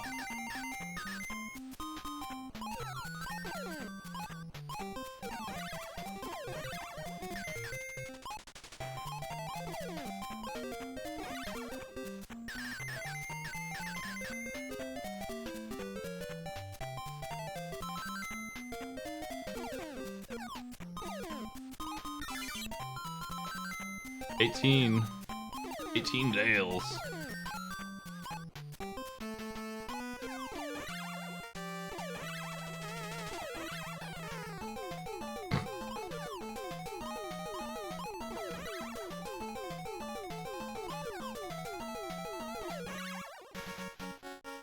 Alright, I'm back to the hell that got me last time. We should be pretty damn close to the goal here, too.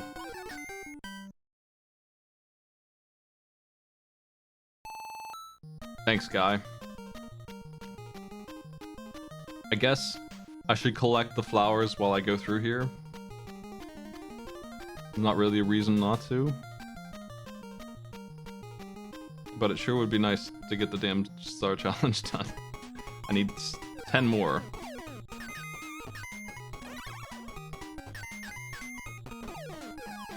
I feel like I'm further away from it than I was the first time for some reason. But that's okay.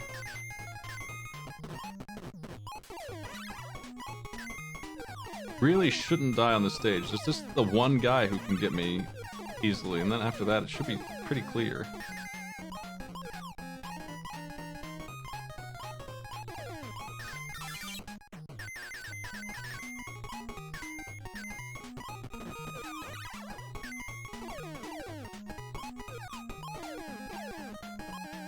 I don't think you can get those boxes. I can't figure out a way to get down over to those.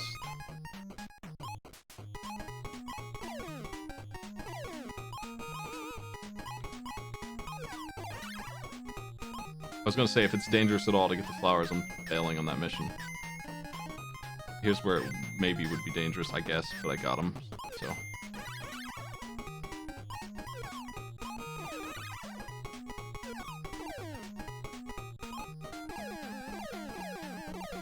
Four to go. The fellow that got me is coming up. It's right here.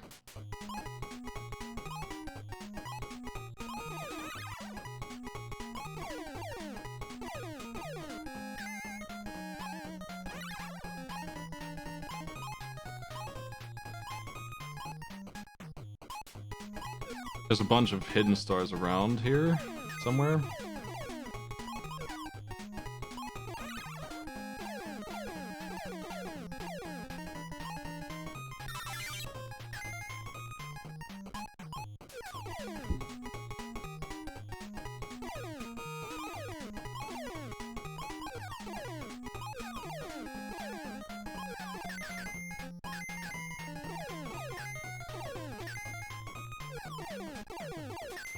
I had to leave one behind down there. I wonder if it was a flower.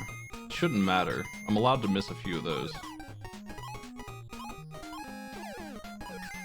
Come on, stars. Where are the stars? There should be one here somewhere.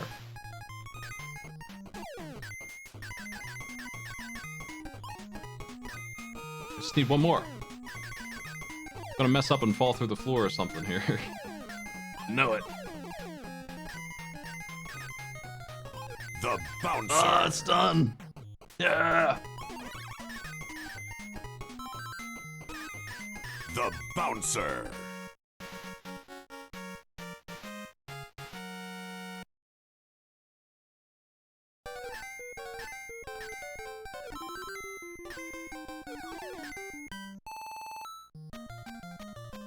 What's left?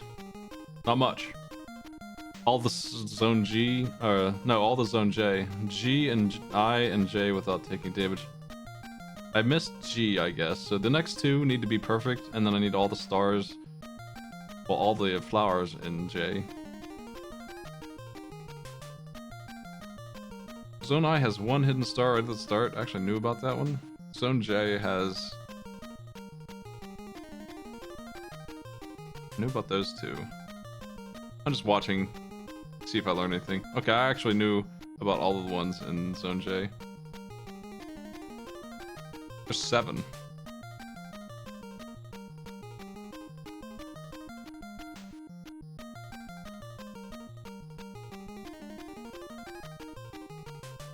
I need to not take damage on the next 2 stages if I can help it. But good luck. This one's easy enough, I guess. Next one, though. I've already done the collection on everything except J, so it's just J now. We can just go. Isn't it nice to be able to just go? Imagine playing the game correctly. Inconceivable stuff going on here.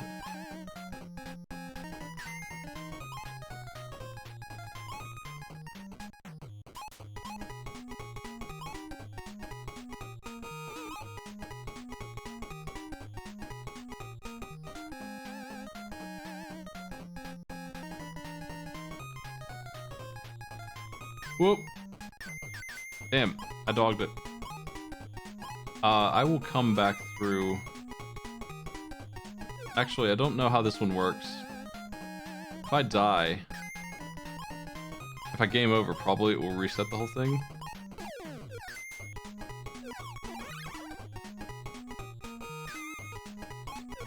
That's a lot of work, though, to game over. I think I'd rather try and get the perfect on J. We can come back and do this stage. I slipped.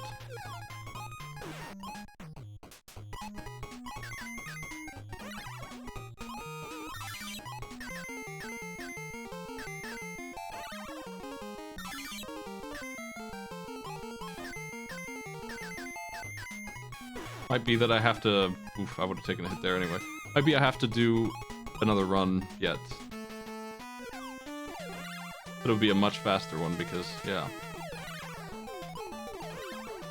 I think the reason this one's not done is because I got hit by this guy.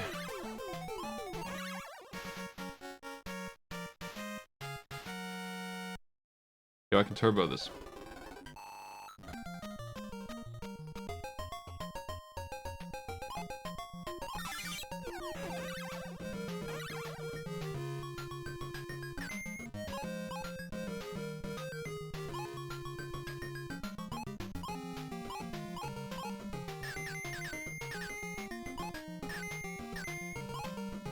I missed one. Oh well. Maybe next time. Go for the perfect for now.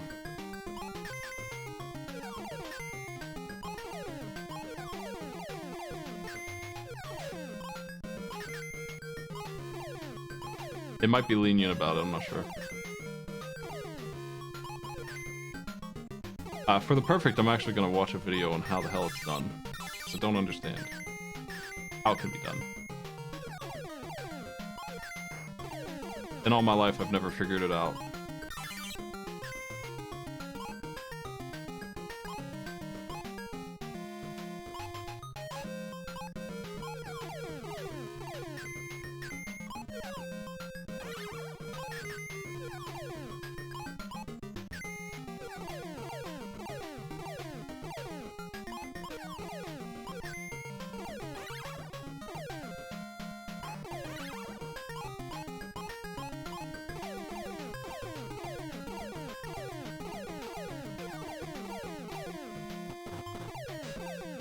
For the flowers.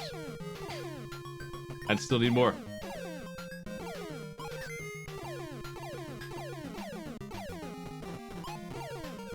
Fat Cat thought he'd get me with that dummy switch, I guess. Literally can't get that one. No way. Not without a partner, so... Hopefully we're close enough, but...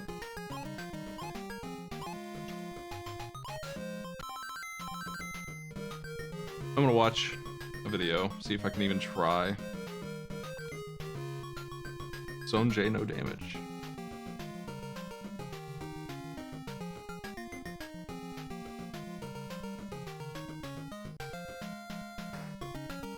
Okay, they go in.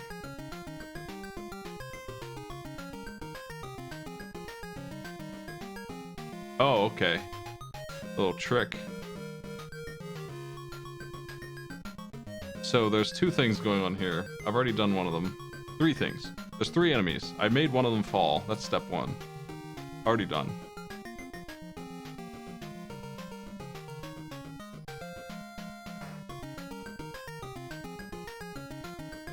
So next, there's a gator that comes out cruising. And here's the big jerk. He turns around. That's how it's done. Mission complete. Now I just gotta beat the boss without getting hit, which is a feat. But it's a reasonable feat.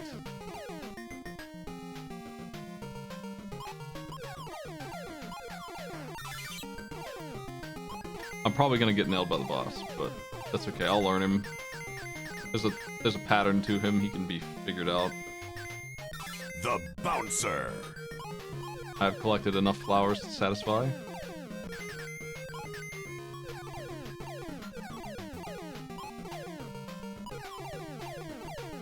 Oh!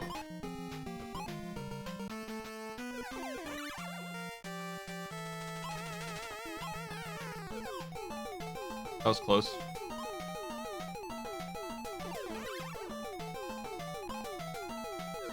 Damn it! I think I should just let him get me and try. I got 3 tries, you know, for go here. Unfortunately, I have to do it all in one. I should probably practice, I guess.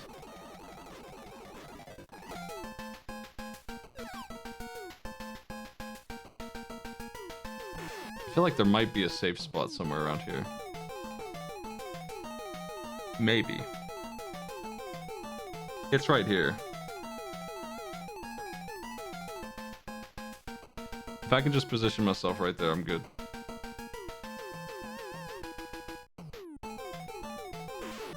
Nope, he actually has a counter for that too.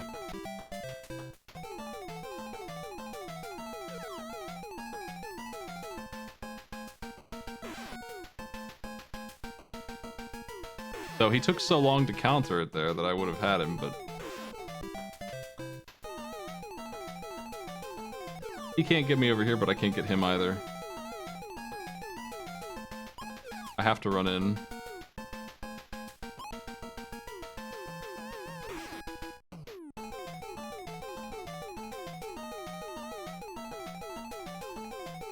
Yeah. Player on this strat, that's right.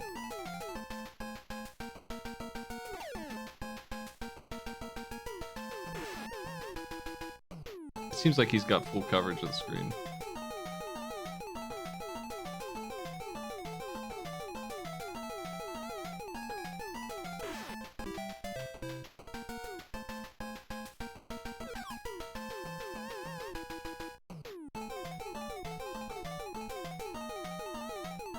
I would have killed him by now. He's only got 5 health. So, I might just need to get lucky here? I don't know. It doesn't seem like I can realistically play it safe. I don't see any good spots to stand.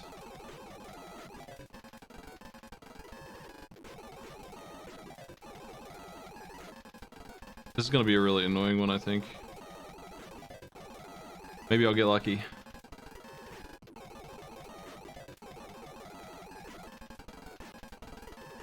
The stage is not so bad. I can get through the stage consistently, I think.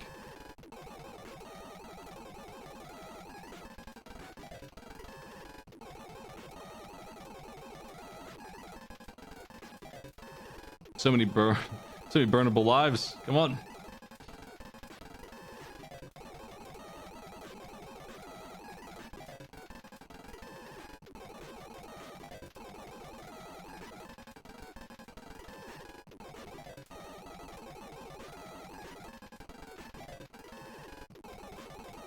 18 Dales.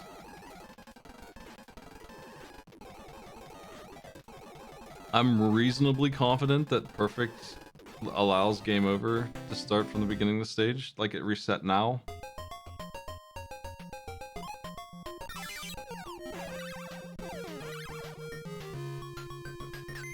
That start is actually one of the harder parts for not getting hit on.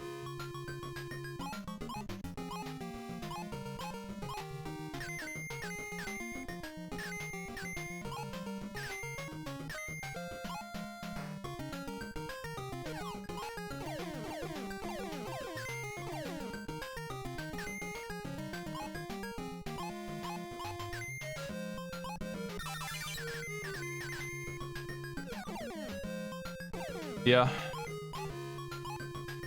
The boss being separate from the stage would be nice, but they're simple bosses. This is not like Mega Man. They're 5 hits, they're dead.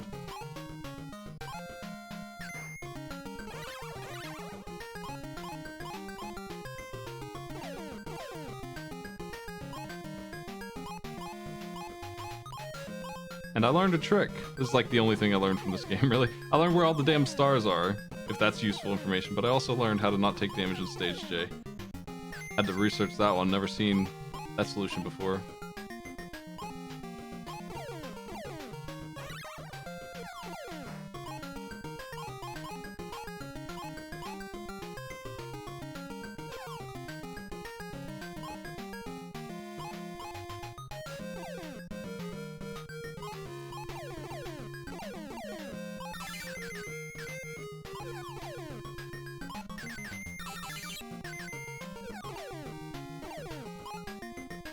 Alright, let's go. I'm just gonna gun for it, try and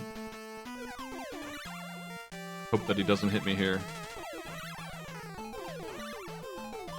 The Bouncer. Sweet. Just gonna run through the game one more time. Yeah, that's right. Chip, you can have some time here, man.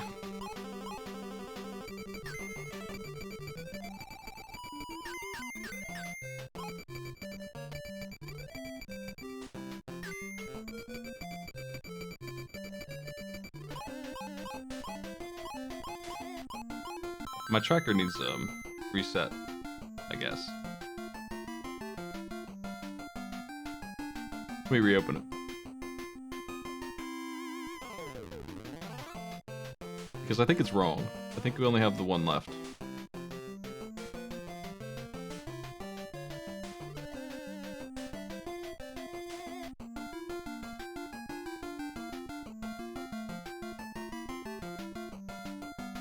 Zone G and I, both.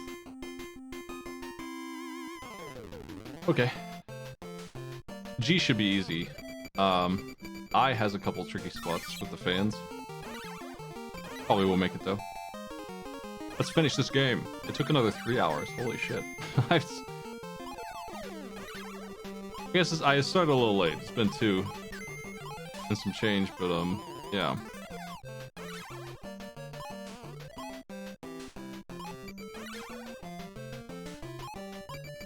I'm glad I didn't try to do this last night. Damn. Another 3 hours, basically, of just grinding through.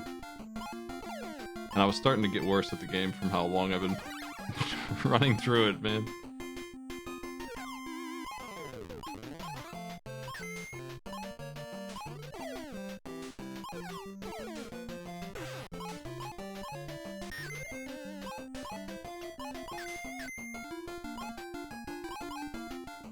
Nothing matters except for Zone G and I now. Nothing matters at all. As long as I get there, I can just go straight to them. I can skip like 4 stages.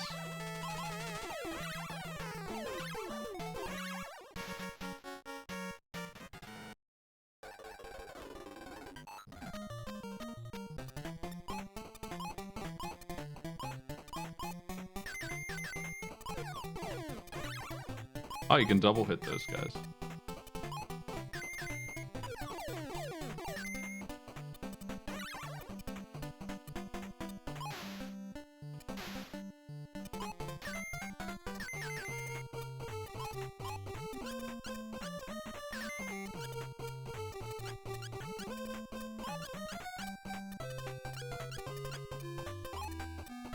Well, I'm gonna start ranking Genesis games.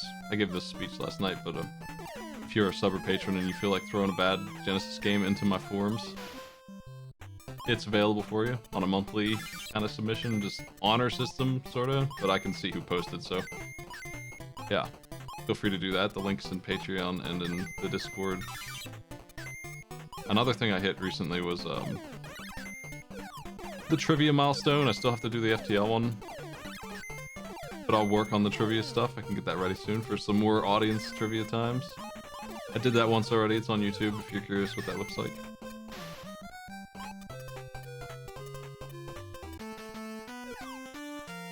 And we have an event, a big one it looks like, for the 18th, which I'll talk about more after it's all settled, but I can confirm that's happening now. And I'll probably will do a bunch of arcade pits on the 19th as well, just to like kind of roll right through into that.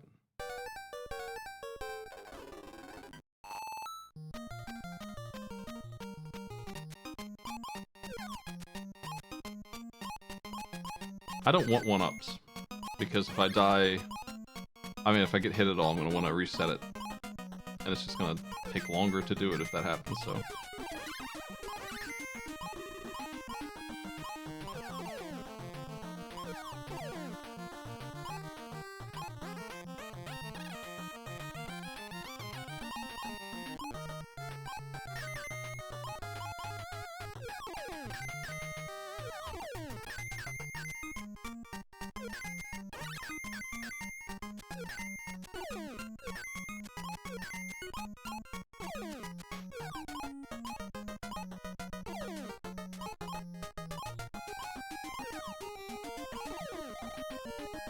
I don't think it's that bad of a game for a no-hit challenge.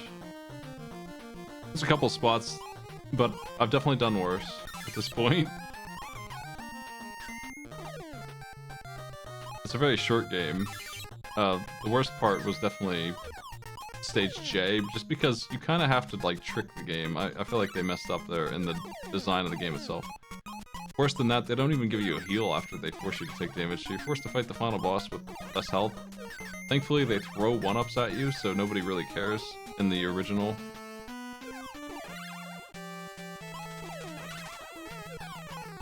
Because you can just respawn on the boss with full health instantly and be good. You're almost certainly going to have 1-ups at that point.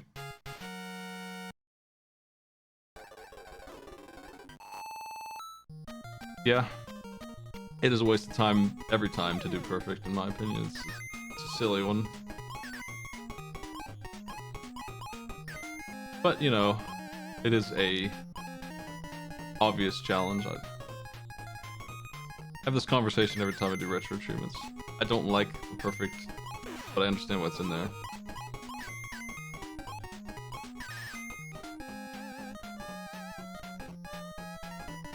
I no longer care if I die on the stage. It's nice.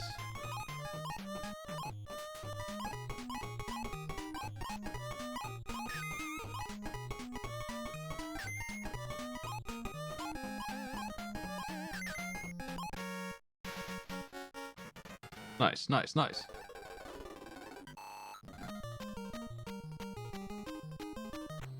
Okay, Zone G, no damage, begins.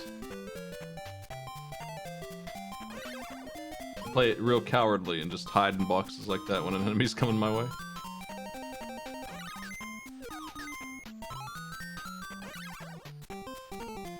You have a lot of iframes when you're ducking into a box and when you're inside of it.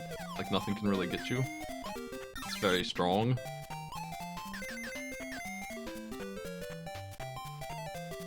Those guys, they went away. They're just gone.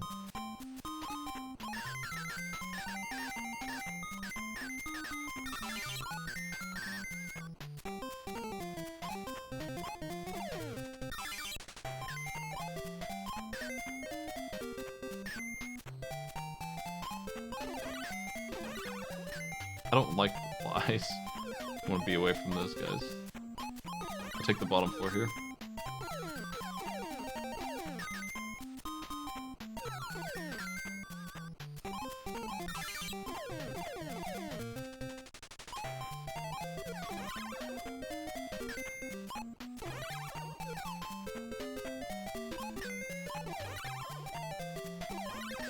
Oh man.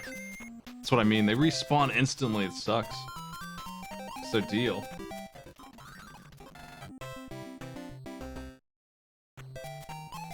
I pretty much got by the one that I killed. It just instantly reappeared. It was in a very dangerous place.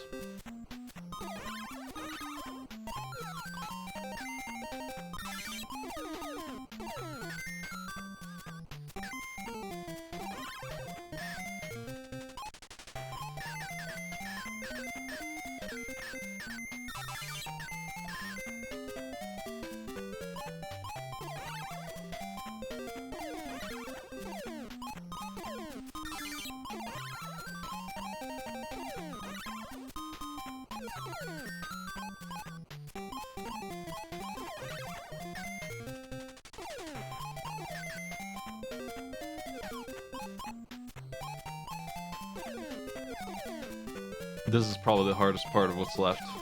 This part with the flies and being up top like that. I gotta be ready for those jerks. Try not to jump, I guess, or just move slower at least in this zone right here. Bring this with me. Hide.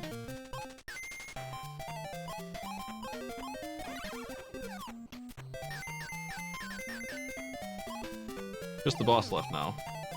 He's easy. I'll play it safe.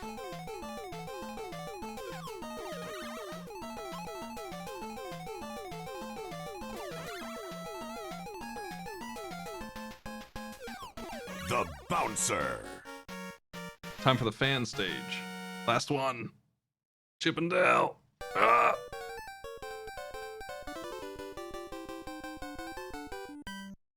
I need to start working on Bizarre Kate Pit again, because I promised to do one of those. I'm not sure what kind of state that's in. I need to check.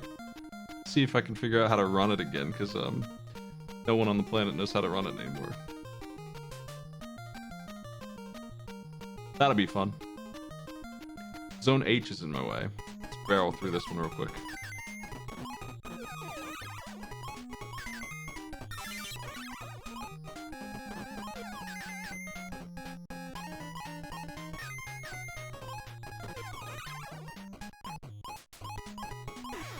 Ow.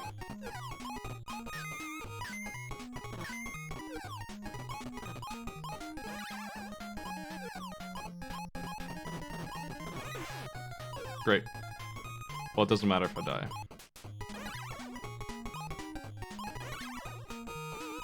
I'm always saying that.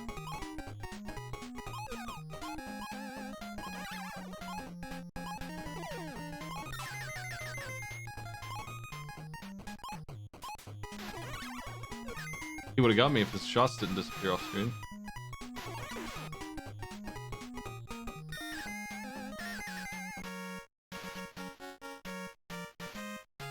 Oh, cursed!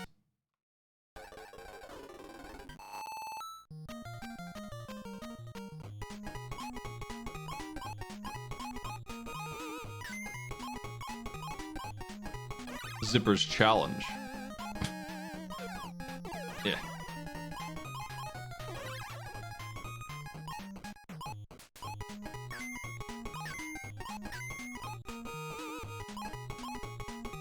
I'm surprised I haven't achieved this one yet, but it does have a couple parts that are rough, I guess. I wasn't really focused on being perfect. I knew I could come back later, like now, and do it. Had worse problems on my hands.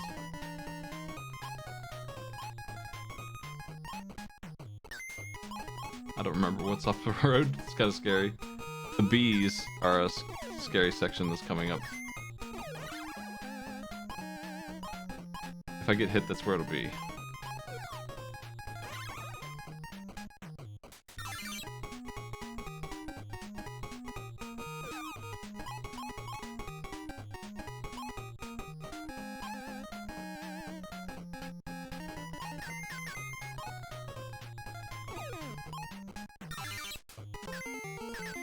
Book it.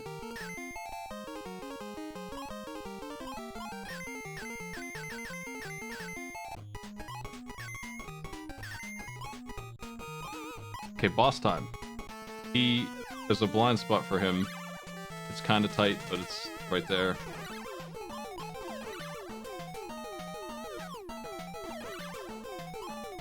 The Bouncer. The game is complete.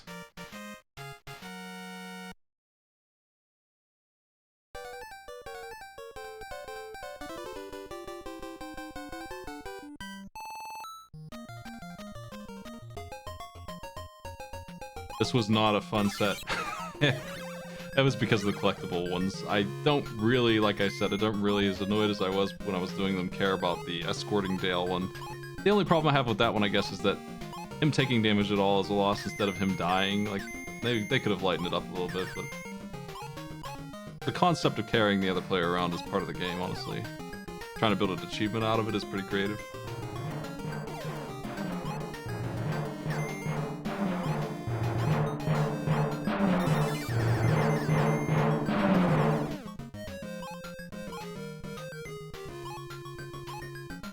Collecting every single star without dying sucks. Collecting every single flower in one stage without dying isn't great. The flower one was more lenient, way less bad than the star one. The star one is ugh.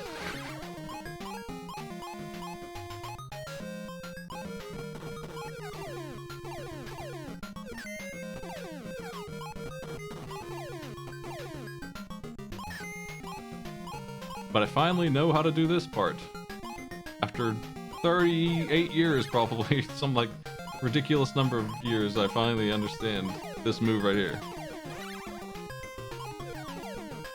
At last.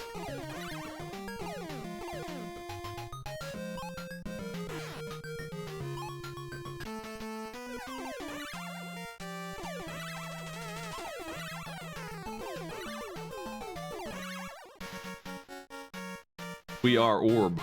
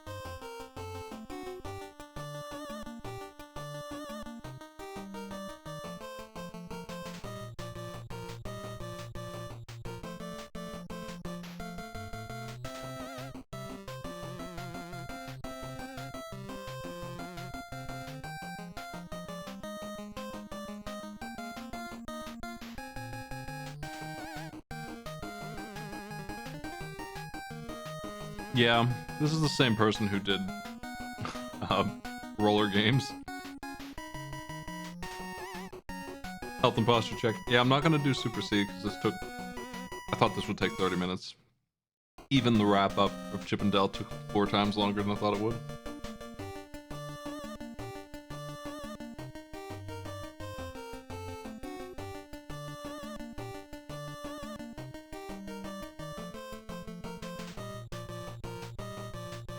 How long did Super Dodgeball take me? That's gonna be the fastest one ever. Marble Madness in this.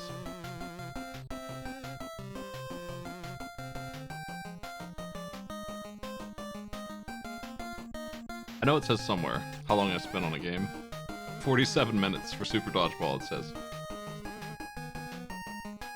Marble Madness, 22 minutes.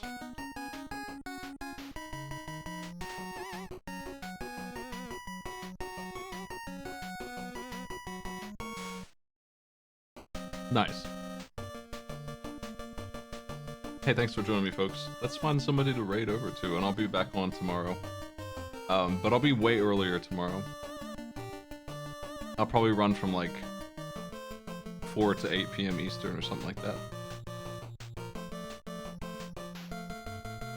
I think Author Blues is doing Mario Party achievements.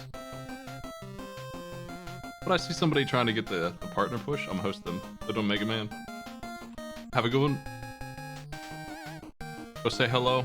Then with the, man, what even is that emote called? If you have it, it's called What Box Art. That's it. him with that. See you later.